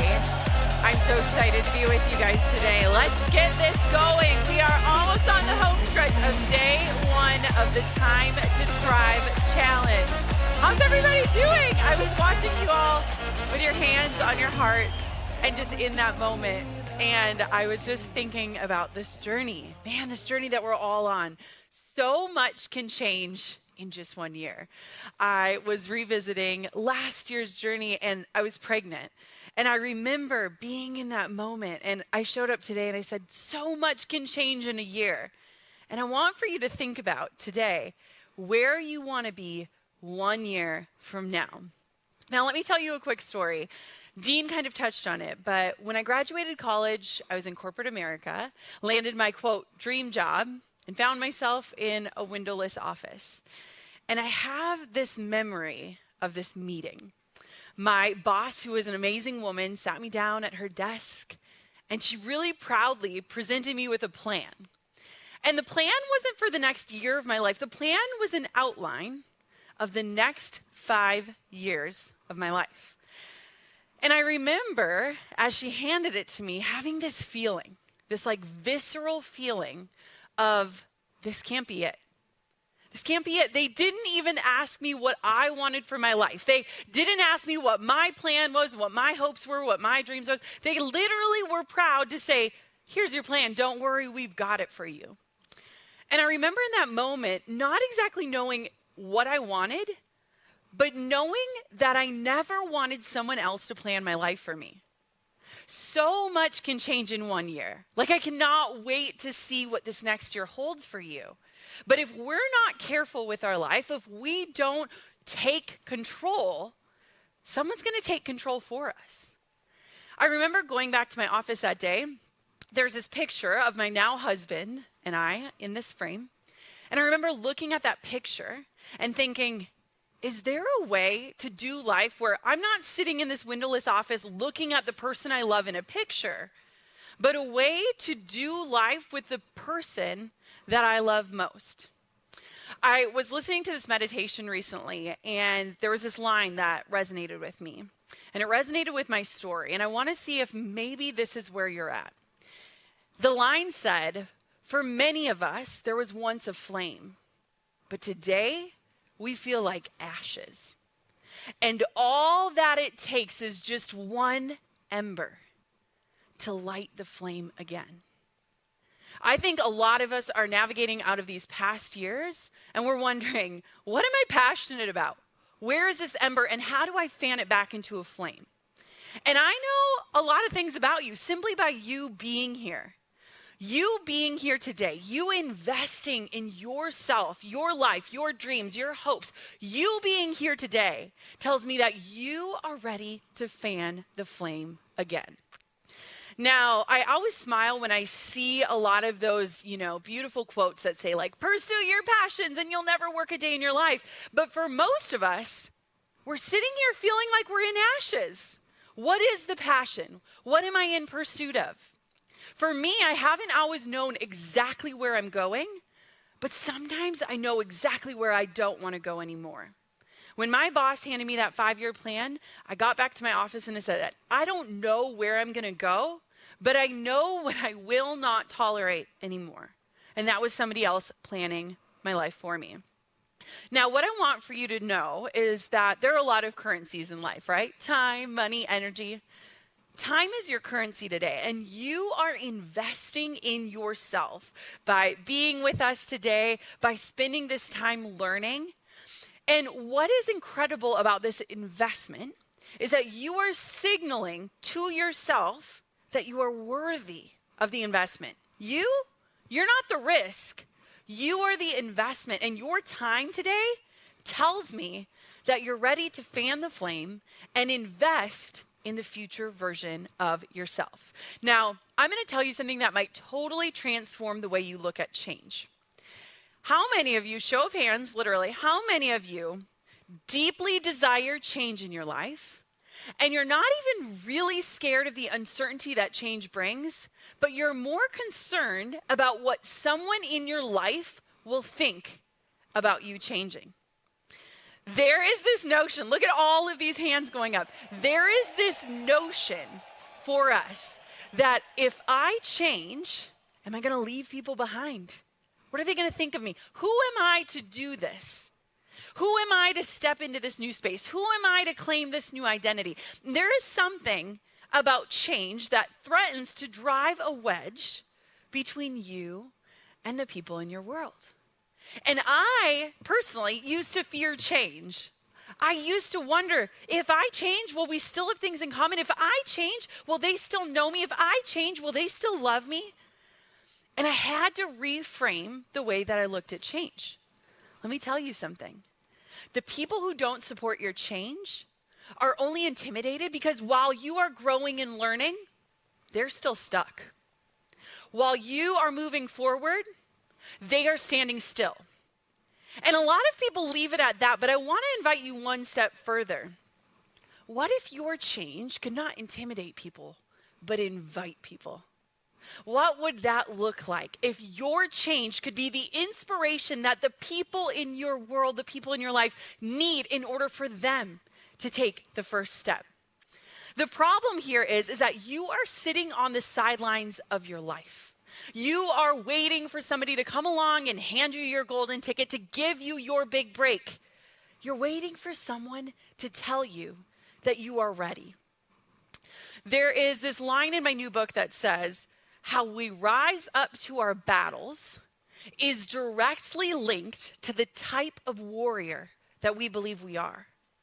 And the thing that I'm seeing you do in your life is that you're showing up for the battle of life and you're looking around left and right and thinking, where's the warrior? It's not me. Surely it's not me. I'm not qualified. I'm not called. I'm not ready. I'm not trained. You're sitting on the sidelines of your life waiting for somebody to come along and save you. And like Dean said, no one is coming to save us. If we don't plan our lives, someone is going to hand us the plan. And 5 years from now, we're going to wake up and think, I should have started. I should have simply started. Like if you cannot see yourself doing what you are doing today in 5 years, then the only thing that you have to invite into your world is change. We tend to live life walking around feeling like we are this before version of those transformation photos, right? We're walking around thinking, man, I cannot wait for the transformation to happen so that someday I can say this was the before and this is the after. And what I want for you to do today is to take a screenshot of you on this Zoom call, because this is your before picture, and I cannot wait to see what comes. I cannot wait to see the after that is about to unfold through this challenge. Now, the main point of today is that I want to help you shift your identity into being someone who doesn't just survive, but someone who thrives. And how do we get there? We have to start adopting the posture of the warrior. I love watching Tony on stage because he doesn't just talk, he gets you into the posture, right? He says, stand up, move your body, put your hands on your heart. He literally moves you into this mold that adopts the posture of somebody who believes in themselves. And what happens when tomorrow you wake up, you sit on the couch, you have the same slouch? You're not going to change. And so today the goal is for you to adopt the identity of the person who you are becoming. I loved Dean's story about Luca. I told him as we were sitting there, I said, every night when I kiss my 3.5-year-old for bed, I always say this line to her. I say, I love who you are, but even more than that, I welcome who it is that you're becoming. Because I don't want my children to fear change. In fact, change to me is one of the most inspiring parts of being a human. Change to me tells me you're still alive. Change tells me that you're still growing. Change tells me that you're open to evolution. And when we evolve and transform, people pay attention. So I want to tell you this story because it absolutely transformed my life in one of the biggest ways. And it all started in a town of 1,200 in northern Minnesota with a massage. It was August of 2020. It was my anniversary with my husband. We wanted to do something special, and so we were in this town of 1,200 in the northernmost part of Minnesota, and I booked us a massage. And that day I walk in, and this amazing woman said, "Hi, my name is Thea. I'll be doing your massage today. I'm an intuitive person." And I thought, well, cool. Now she's going to know exactly where the knot is in my back, and it's going to be the perfect massage. So I lay down on the table. I'm so excited. I close my eyes. I get the massage, and I get up, and she goes, "Can I tell you what came up for you today?" And I thought, sure, I'm super open-minded. Tell me anything. She sits me down, and she says, "There is something you need to do, and you already know what it is.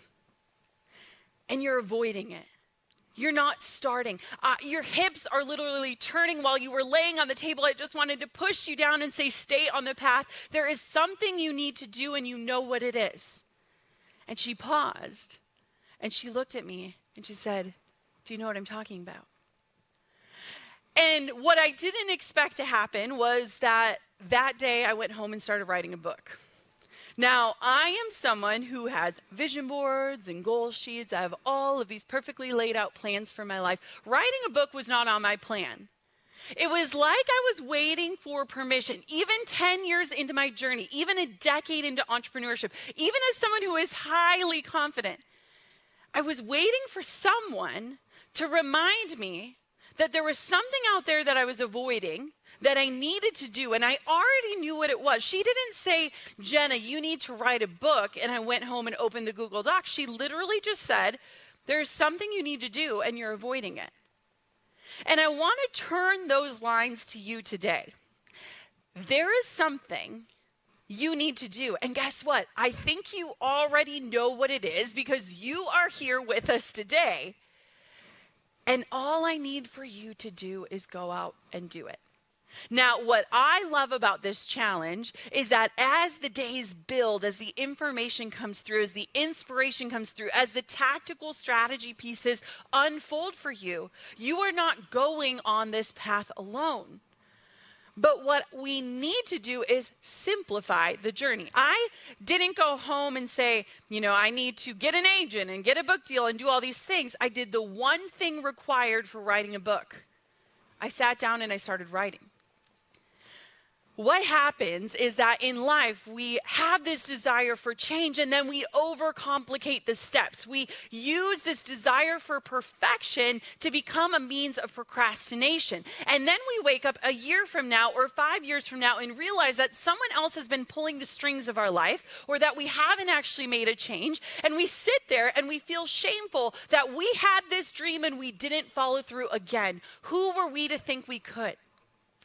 But you have to understand that if we don't start taking control, if we don't start fanning that one ember of our lives, if we don't start writing down the plan or opening up the Google Doc or showing up online saying, I have something that matters and I'm ready to teach it, then we are going to wake up 5, 10, 15, 20 years from now, if we're blessed to live that long, and we're going to say, I missed the point. A lot of us these days, if we're being honest, and this is a theme in my book, we go to bed at night after working so hard all day. And when we should be resting, when our body should be shutting down, our brain turns on. And we think about all the things we did in that day. And there's a part of us that thinks, I feel like I'm missing it. I feel like I'm missing the point. I feel like I'm missing my life. How many of you feel that feeling of anxiety? I am doing so much and I don't think I could possibly do one more thing, yet I am missing the point of my life. Let me tell you the point of your life if you need a reminder. Your point of your life is to make a difference in the life of millions or a difference in the life of one person. Now, oftentimes when me, Dean, and Tony all get together, I bring it back down to home and I say, guys, I love that you have these billion-dollar businesses. You know what I want? I want a life that after this speech today, I'm taking a month off of work so I can be home with my children. I love that you guys have 50 companies and multiple countries. I love that for you. You know what I want? I want to be there to put my kids to bed at night and there when they wake up in the morning. I love those things for you, but I think a lot of us, all we want to do is to wake up to our lives and help other people wake up to what's possible for them through what we know and what we do. So, how do we make progress? What does that look like? I told you this. I am a person who loves vision boards. I love plans. I love all of those things.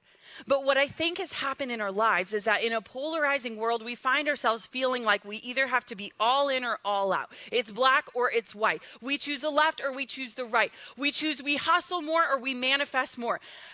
What we need to do is we need to welcome in the gray. We need to welcome in the tiny actions. I remember when I got my book deal, I spoke to my editor and I said, why me? Why this book? And she said, there's something magical about where you live. And I said, what's that, Minnesota? Minnesota is magical. Tell me more. And she said, no.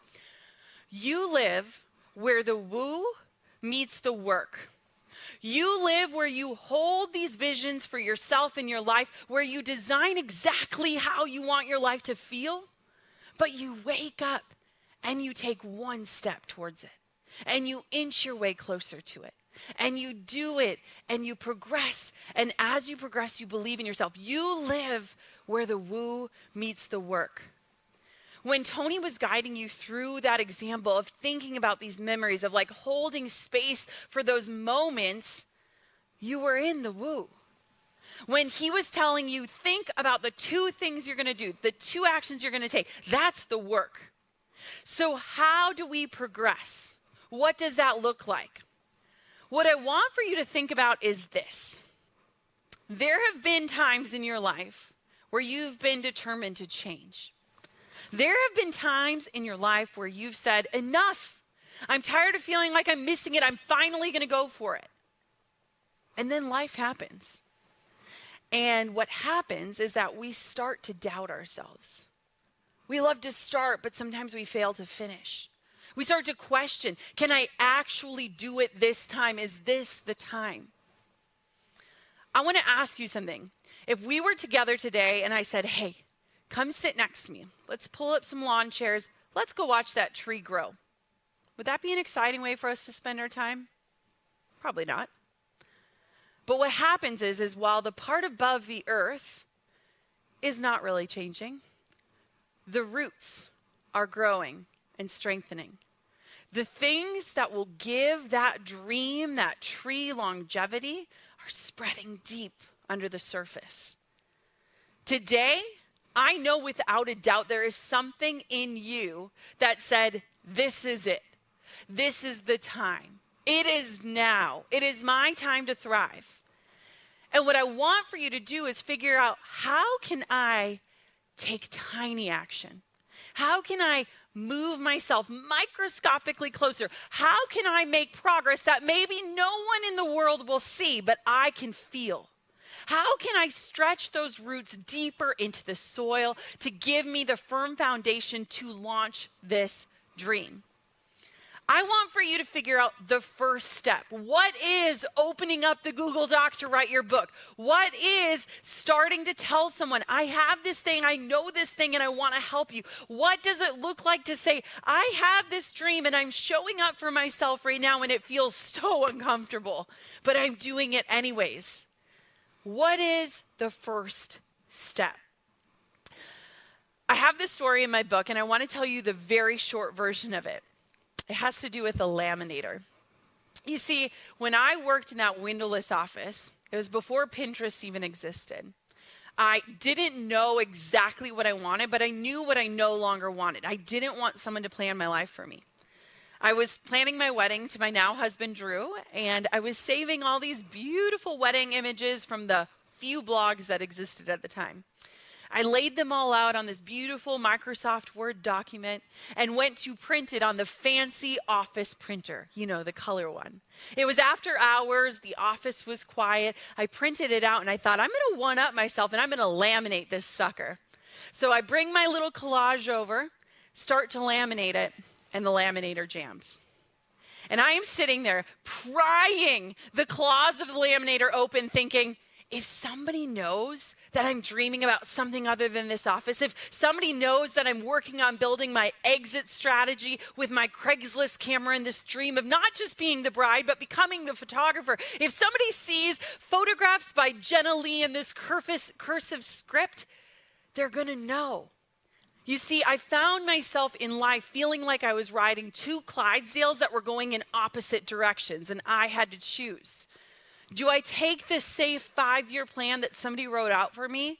Or do I unjam the freaking laminator and say, I'm going to go for this thing. I'm going to fan this tiny spark of a flame that tells me that I love photography, and more than loving photography, I want to do something that lights my heart on fire.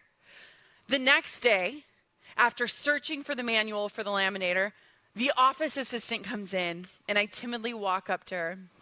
I say, Kathy, I have something really embarrassing to tell you. I jammed the laminator last night. Now, Kathy could do everything. So Kathy starts prying it out, and slowly, piece by piece, she pulls off these wedding photos. And I'm standing there thinking, I've got a lot of explaining to do.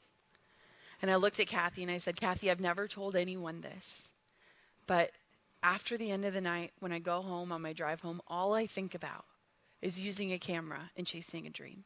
I want to become a photographer. And I didn't know if she would run to my boss's office and say, Jenna is planning her exit route, get her out of here. I didn't know what she would do, and something incredible happened. Her eyes lit up, and she said, oh, photography, I love scrapbooking. When I go home, I get out all the scissors. I've got every piece of scrapbooking equipment. I've never told anyone I love scrapbooking, and honestly, I should have known because her bulletin boards were so dang pretty. Something about the passion was contagious. We fanned each other's little embers. We lit up each other's sparks. We didn't care about what each other was doing, but that passion was contagious. And so here's what I want for you to do today. The one thing I want for you to do when today ends, I want for you to choose someone to be your Kathy. Someone that you look in the eye or you send the message and you say, I want something more. Like, I'm going to do this thing that feels really scary, and I don't even know what's going to become of it, but I'm going for it. And I want you to just know, because when we speak our dreams out loud, they expand, they grow. And when we share our passions with someone, that contagion hits. And all of a sudden, they're invited to dream bigger and be more passionate too. So when this ends today, I want for you to choose just one person, maybe 10, maybe it's all the people on the internet that follow you, and say, I'm doing this thing. I'm stepping into this new space. I want more. I don't want to miss the point of my life anymore, and I'm going to go for it. And I'm going to guide you through the messy middle, and I don't know what step is next, but I know I'm willing to take the first one. Trust me, right now, you, at the deepest core of your being, are meant to thrive. You are capable, and more than capable, you are able to take imperfect action. Trust me that this is worth it. Trust me that we will guide you. Trust me that you will be surrounded by people who don't just believe in the power of one, they believe in the power of one more. They believe in gathering around you on this journey. It is not just time to survive, it is your time to thrive. And a year from now, I cannot wait for you to send me a screenshot from today and say, this was the before, Jenna, and now I'm living the after. Thank you guys so much for having me, and congratulations, you've almost made it through day one of the challenge. Woohoo! Heck yes! Jenna Kutcher, everyone. Give her some love. She'll be in the back. She'll see your chat. Thank you. Hey, Deborah, Paige, you've been playing full out all day today. Rim, what's going on? Hey, Sandra and Anna. Wesley, what's up, man? Good to see you, Wesley. I've seen you before. What's going on? Tiana and Christy and Natasha. Sal, what's going on? Hey, everybody. Hey, how was day one so far? You guys feeling it? Listen, we only got about 10 minutes. We got about 10 minutes, but really important 10 minutes. I want to set up tomorrow. I want to challenge you to do some homework, right? This is called the challenge for a reason. We don't call it a challenge for no reason. We challenge you to show up. You could sign up, but who's showing up? We challenge you to play full out. We challenge you to take uncomfortable action. We challenge you to dream. I mean, did you love when Tony stretched you to dream?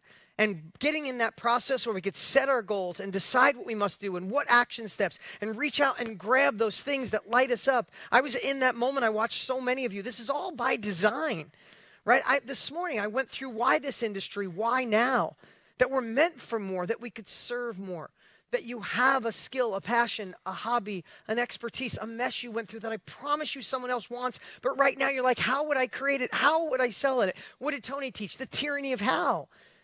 Sometimes we have to replace the word how with who. Who's already been there and who's willing to show me how to get there? Does that make sense?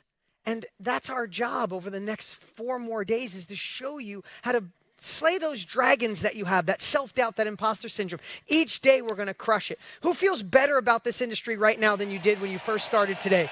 Whether you're in it brand new or ready to start, right? This is just the beginning. The strategies start tomorrow, right? And come over here for a second. This is going to take 2 seconds. But remember what we are, and the pen's gone. Is it on this side? All right. Remember, our mess can become a solution. Our learning becomes a skill. Our uncomfortable action becomes mastery. Our passion becomes a purpose. And our job over the next 4 days to show you is how you can become a bridge builder, how to identify it, how to deliver it, how to share it with confidence, how to sell through service, and how to make this a bolt-on to your current business, a side hustle, or a new thing. Hold on. There we go. My phone just started talking. All right. Guys, this is our opportunity, and this is our time to thrive. And I'm so glad you guys came and played full out. And here's what we want to do now. I want to give you some homework. I talked about it being a challenge. We challenge you to come. Now I'm going to challenge you to do the homework. And here's the cool part. I'll tell you a little secret. Doing the homework can pay off in a big way. So stay with me for 3 more minutes, and then we're done here. Maybe 5 minutes total. And then we're going to take a little break, and then all of you on VIP will be back here with Mr. Tony Robbins. Who's got a question for Tony Robbins? Right? We're going to do some laser coaching here in a few minutes. We'll take a 10-minute break, and then we'll be back. But before, this is the cool part. We wanted to create a bonus so exciting that every day we drive you, even if we have to ethically bribe you to get your butt back here. We can only serve you, we can only help you, we can only deliver you these capabilities if you show up and play full out. So who's ready for that challenge? So here's what we're gonna do. You're gonna have, write this down, don't go there right now, but thrivehomework.com. Don't go there right now. But write it down, thrivehomework.com. You could put it in the Zoom chat if you want, or our team will post it, thrivehomework.com. When you get to that page, you'll have 2 questions. That's it, 2 questions. One is, what was an old belief, and what's the new one you're going to go for? And with that new belief, what's possible? Think about that. What's the old belief you had? I'm too old, I can't do it, who would buy from me? I don't have a following, I'm not an expert, or I'm not lovable. I don't know. We've all had that. But then what's this new belief that Tony helped us find and desire? And why is it worth it? What's the who behind it? And what's the why behind it? Right? And what's that new belief? And then what's possible with that new belief? 2 questions. And that is a bonus. You want to light it up? You have a pretty captive audience of hundreds and hundreds of thousands of people. If you want to really light it up, go in the Facebook group and go live. Go in the Time to Thrive Facebook group. Go a minute or 2. Don't go 10 minutes. Nobody will watch it, right? Because we're all busy. Do a minute or 2. Frederick, you see what I'm saying here, man? See if you can take the uncomfortable action. You want to pay us? Today was free. If you're in VIP, and we're crushing VIP, over 2 million meals donated. But if you want to say thank you for today, go inside the Facebook group and take uncomfortable action. For some of you, it'll be the first live of your life. And just go in and say, my old belief was, man, without money, you can't do anything. My new belief is, because I had no money, I'm an underdog, and I'm going to go bigger, faster, quicker than anybody on the planet because I'm innovative, I'm creative, I'm destined for more. If it's something that Jenna inspired you or Tony inspired you, I did, go inside. So that's the homework. You're going to go to thrivehomework.com here when we're done, and you're going to answer those 2 things. And if you want to do a bonus, go inside the Facebook group. Now, for those that take action, we're going to reward you tomorrow. Okay, we're going to reward you. We got an iPad. We're going to give tickets to the World Summit, some really cool things. But I want to give some from people who've been playing out in the chat already, been playing full out in the Facebook group. I want to give away some tickets to the World Summit. If you don't know what the World Summit is, it's a once-a-year event. This is amazing. We're going all in 2-3 hours a day. The World Summit is 3 days, full immersion, 10 hours a day. It's sold out the last 3 years. If you know any of Tony Robbins' events, you know there are no games. It's in his studio that, between us, spent about $20 million on. It is absolutely insane. Everything's a front row seat. It's incredible. In fact, I have a 60-second reel. I want to show you what you're going to be winning right now. This isn't for sale. I'm going to show you what you're winning. Play that 60-second reel. I'll be right back. I'm going to pick some winners. A 3-day, 40-hour, full immersion event with 2 of the greatest success coaches to ever walk this planet, and that's Tony Robbins and Dean Graziosi. Welcome to the World Summit. You guys ready for a great 3 days? This year, I've seen 2.2 million people around the world, and I get to be with you right now in the middle of the night, wherever you are. You being here, you're learning and adapting to where the world is going so we can step into our greatness. I'm used to creating a dynamic environment, but there's no other choice, so I said I'm going to get a building with 40-foot high ceilings, which is where we are now. We're going to have 20-foot high LED screens. It's 50 feet wide, all around me, 180 degrees. I am going to give you 3 different ways for you to uncover and discover your superpower. I was like, do you understand what I went through to learn these things for you? It is not so much the product, because at the end of the day, the product is you. Times have changed, and you don't have to figure this out on your own. You are the designer of your destiny, and you are the author of your autobiography. Open your mind to say, I'm not settling for who I am today. There is another level. Who's got another level in it? Because if you do what's right and you give when it's hard to give, you'll discover your true self. I invite you, my dear friend. Thanks so much for having this. You guys just did an amazing job. It was a wonderful event, and I'm so grateful that I was able to grateful that I made that investment in me. So who would like to win tickets to the World Summit? On the website, there's $600 tickets.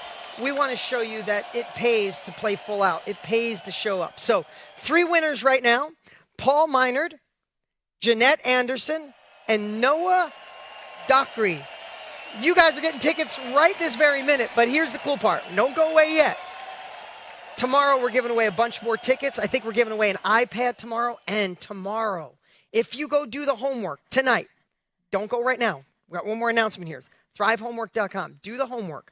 Tonight, our team is going to be going through these obsessively. Not only can you win a bunch of stuff tomorrow we may kind of pick a couple people. How would you like Tony, myself, and our mastermind team to help you launch or scale your self-education, your course, your workshop, your mastermind, your coaching program? How would you like our help in doing it? Oh, that's it? How would you like our help to launch your course or program? For God's sakes, we've never done this before. Here's how you win. There we go. You got to show up. You got to show up. And you got to be there live, and we're going to pick some people tomorrow at the end. But tomorrow's even more magical. That's the ethical bribe to get you to come back. Tomorrow's real power is called the power of the dot. Tomorrow you're going to learn what to sell, narrow it down so you'll be confident as heck, like, wow, I could do that, and exactly who to sell it to. Instead of social media using you, we're going to show you how to find the ideal person that needs exactly what you'll have to offer. Tomorrow, at the end of tomorrow, life will never be the same, as Tony Robbins said, and I promise you that. Lastly, for those of you that asked, now write this down, thrivegoldcard.com. Right now, we had so many people ask. In 10 minutes from now, Tony Robbins and myself, I'm going to see if I can get Jenna to come as well. We're going to do our laser hot seat coaching for our VIP. If you'd like to be a part of VIP, this is the last time we're going to bring it up. We won't bring it up tomorrow. We won't have it for sale tomorrow. You can go to thrivegoldcard.com. It's $47. And for that $47, know that we are going to feed 50 additional meals through Feeding America. And our goal tonight is to get to 3 million. You want to help us to get to 3 million? Go to thrivegoldcard.com and upgrade. But besides that, you'll be on Q&A with us every day. You'll be on these screens. You'll be here. You'll get a cool background. You get to keep this training for life. Who'd like to keep the training just today? Who'd like to have what Tony shared and be able to have that in your pocket forever, right? Last year, this was $197, and we sold out every spot. We had to stop selling it. This year, we did $47 because we know the world is shifting, and we know you need it. So you get to come backstage. You get to provide 50 meals. You get to do Q&A with us every day when we're done. You get a cool training that I did just for those to jumpstart and a bunch of other cool stuff. So if you'd love to upgrade, we're going to take a 10-minute break right now, and then we're going to be back on with Tony and Jenna and VIP questions. If you want to help us get to $3 million, go to gold. It's Thrive Gold. Oh, it's Thrive Gold Card. I probably said that wrong. ThriveGoldCard.com. Can we put it on the screen? Because I'm probably going to mess it up. There it is, thrivegoldcard.com. Let's get to 3 million meals. We'll see you here in a little bit. And last thing I'll say, tomorrow, do whatever it takes. I know sometimes that you go, I got this amazing value today. I got my worth. No, we just started today. Today was anchoring the emotion. Tomorrow is to show you how to make it real. Who's ready to make this real? All right, we'll be here tomorrow. We have some amazing guests tomorrow that are going to rock your world. ThriveGoldCard.com for those of you who want to upgrade. Everybody else, VIP, I'll see you in 10. Everybody else, see you tomorrow, 11 o'clock a.m. Pacific Standard Time. Be ready to rock the house. See you guys.